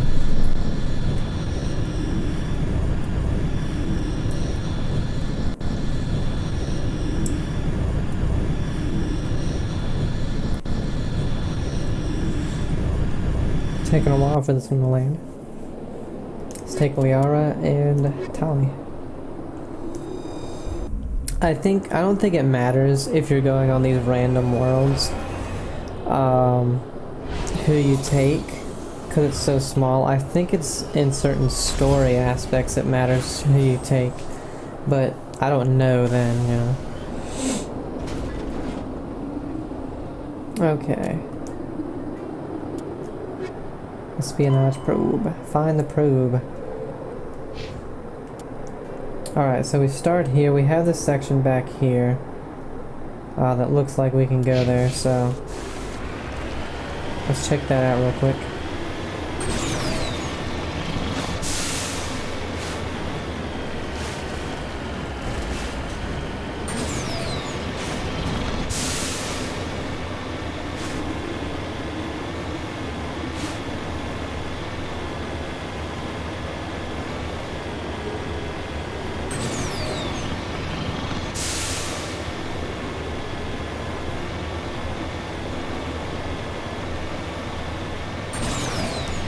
Wow, a good bit of nothing. Okay.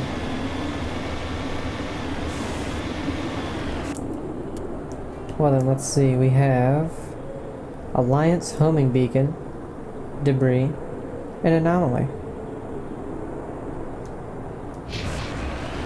Go to the anomaly, the debris, and then the Alliance.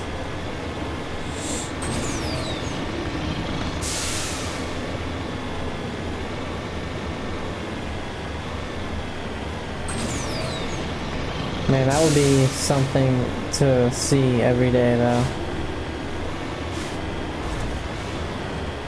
Be crazy as hell.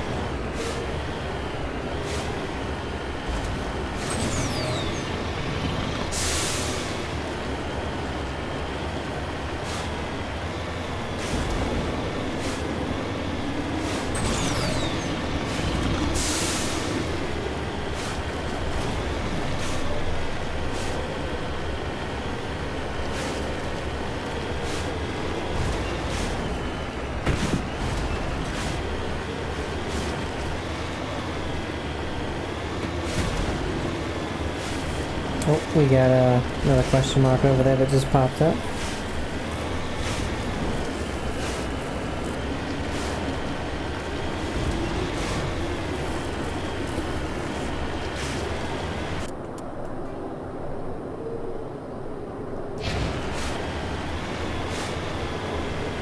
It's kind of funny, there's nothing in that huge open space, but over here there's, in this little tiny spot, there's something.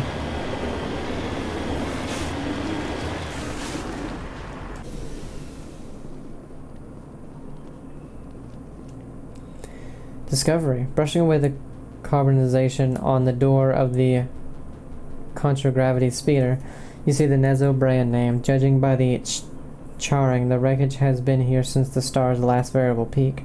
The corpse is wearing the remains of an expensive suit and what appears to be melted antique aviator goggles. Okay. Very decaying body.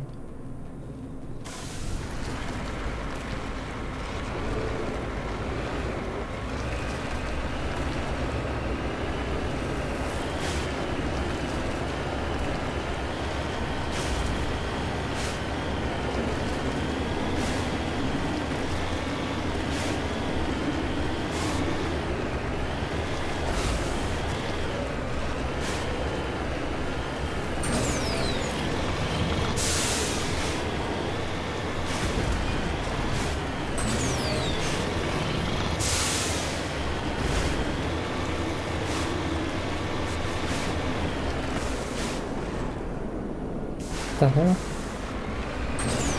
I see something right there, but I can't get to this one thing.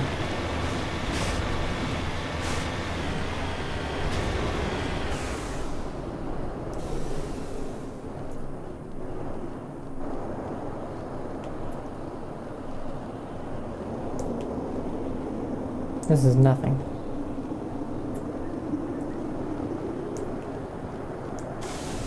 There's also something right up here. Oh, that's the debris. Oops.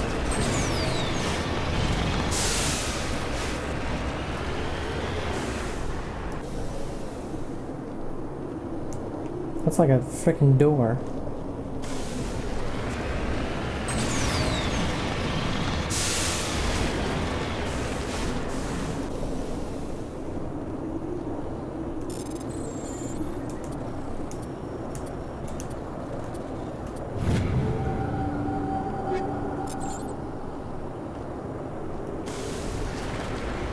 But what the hell?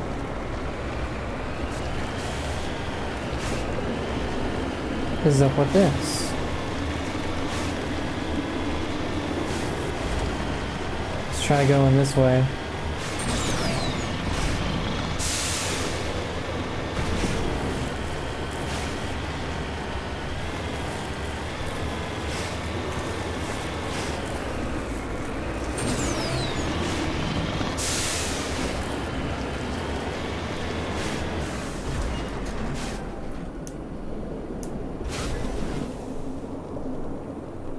Oh, okay.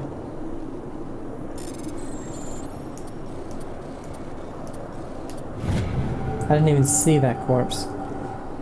This body is a long way from anything and appears to have been here for quite some time. On the body is a book of drawings, including one of the Siglar outpost insignia. Okay. Found that. Now to the Alliance homing beacon.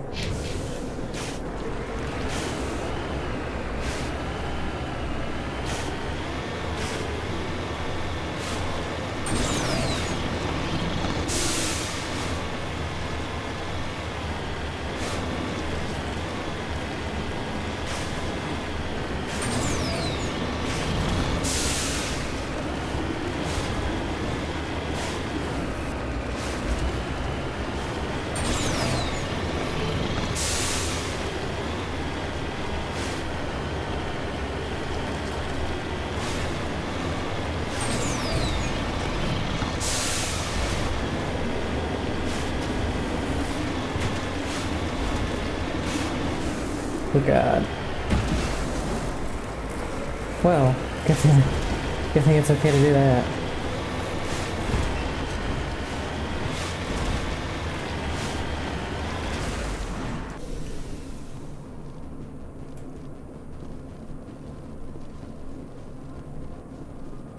The signal is coming from a mine? A trap. It has to be. I concur. This did not crash. Someone moved it here.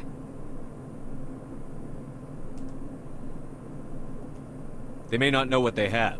Let's find it before they set it off. All right, Shepard.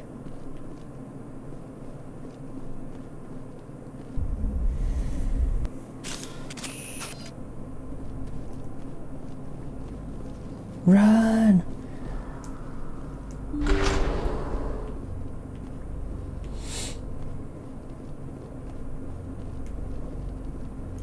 This is gonna be just a bunch of frickin' husks again.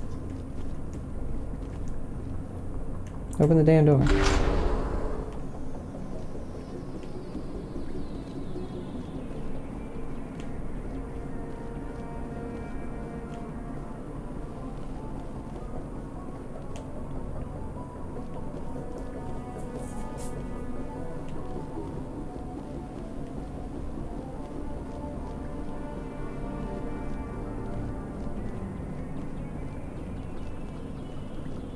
Okay, so we got 2 doors over there.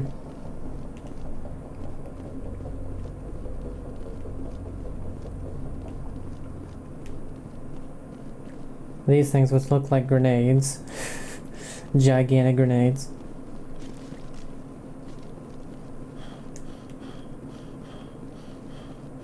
Looks like you can only go in one though.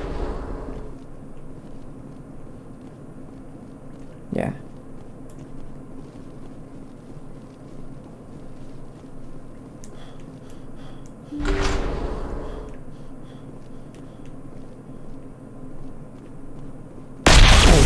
Scared the shit out of me. Someone did that on purpose. Shepard, at last.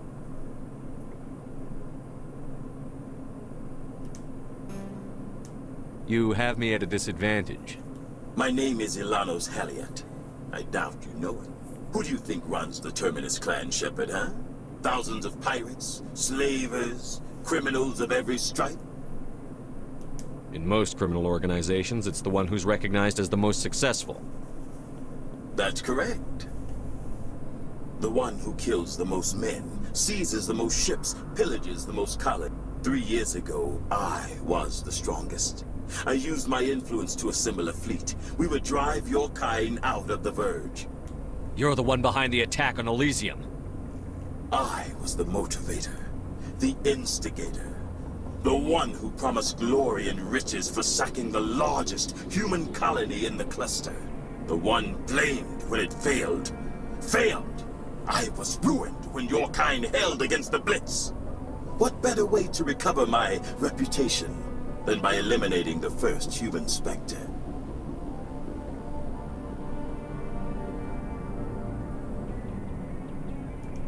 My crew will come for me. Let them. We'll be ready. An Alliance warship would make a fine prize. Oh, and if you haven't noticed, the ores here are laced with heavy metals. I'm afraid your suit radios aren't powerful enough to transmit out. It doesn't have to be like this, Haliat. Empty words from a dead man. Goodbye, Shepard. What do we do now, Shepard? We've got air and light, and the Normandy's still in orbit. Let's look for another way out. There's no time to get out. You have to disable the bomb before it goes off. I don't know what the damn bomb is. Oh.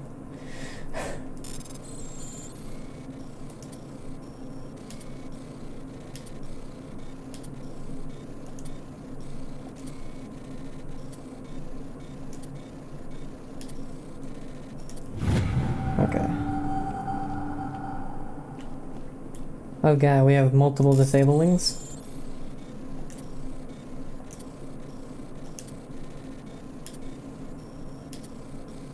Luckily these aren't hard.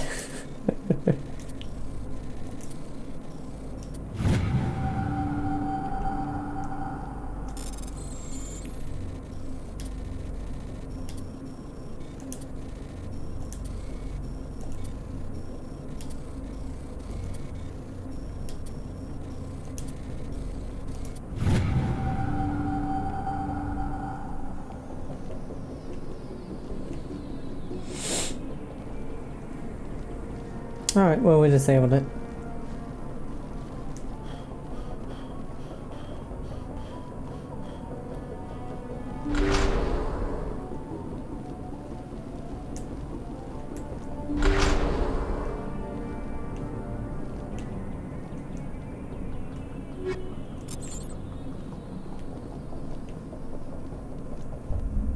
Oh.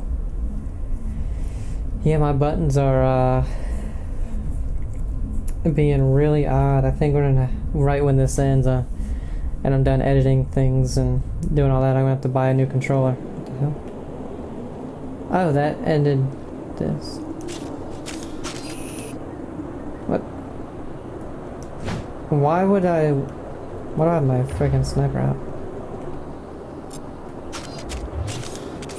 Why would I want to go out right here? Are you kidding me? Whoops.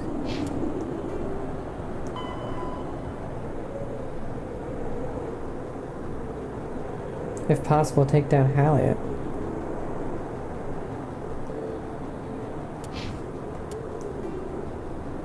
My vehicle's way the hell over there. Or here.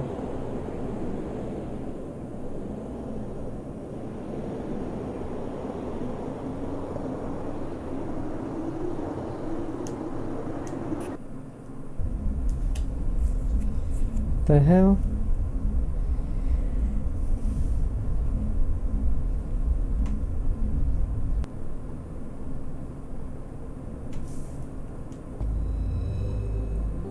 Are we gonna talk to the dude?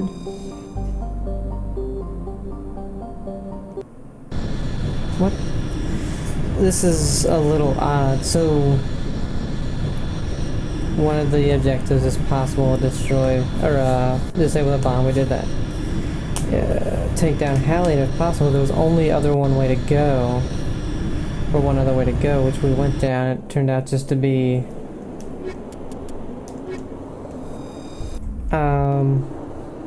a way to get to that outer door, but our vehicle wasn't there, so we'd be walking for probably like 20 minutes to get there.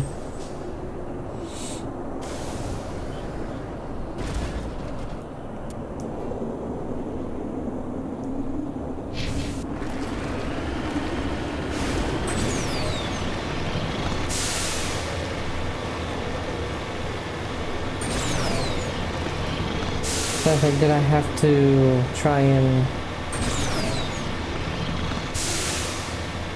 do something in that room maybe, and I just left immediately?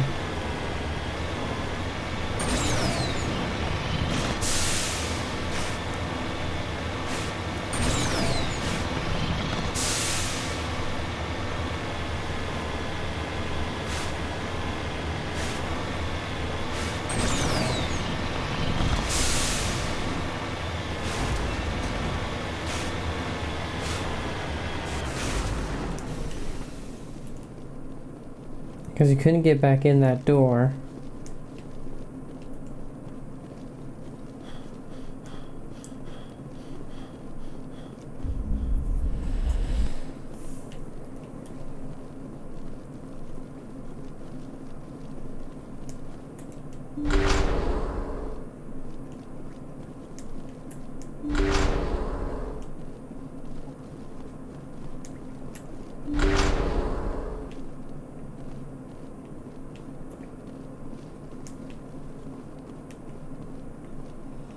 Oh, and you can't get... That's why. Because you couldn't get back over here either.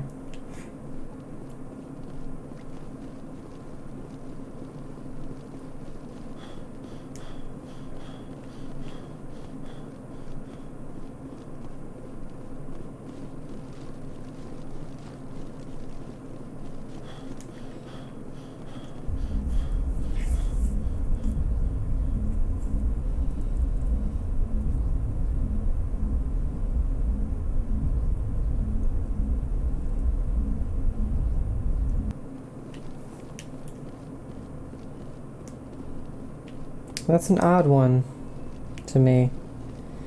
You can definitely tell the age with the game when this kind of stuff kind of happens.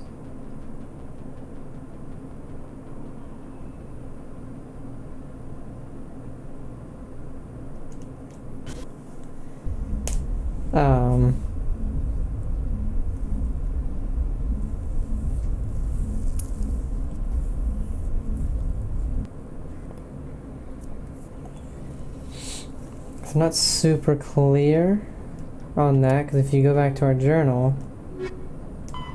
escape the trap that Halliard has left for you. If possible, take down Halliard as well. So we did that. We escaped the trap. But there's nothing else. The Mastermind on Elysium wants revenge on the Alliance for his defeat. Maybe this is something where we'll find him again at some point.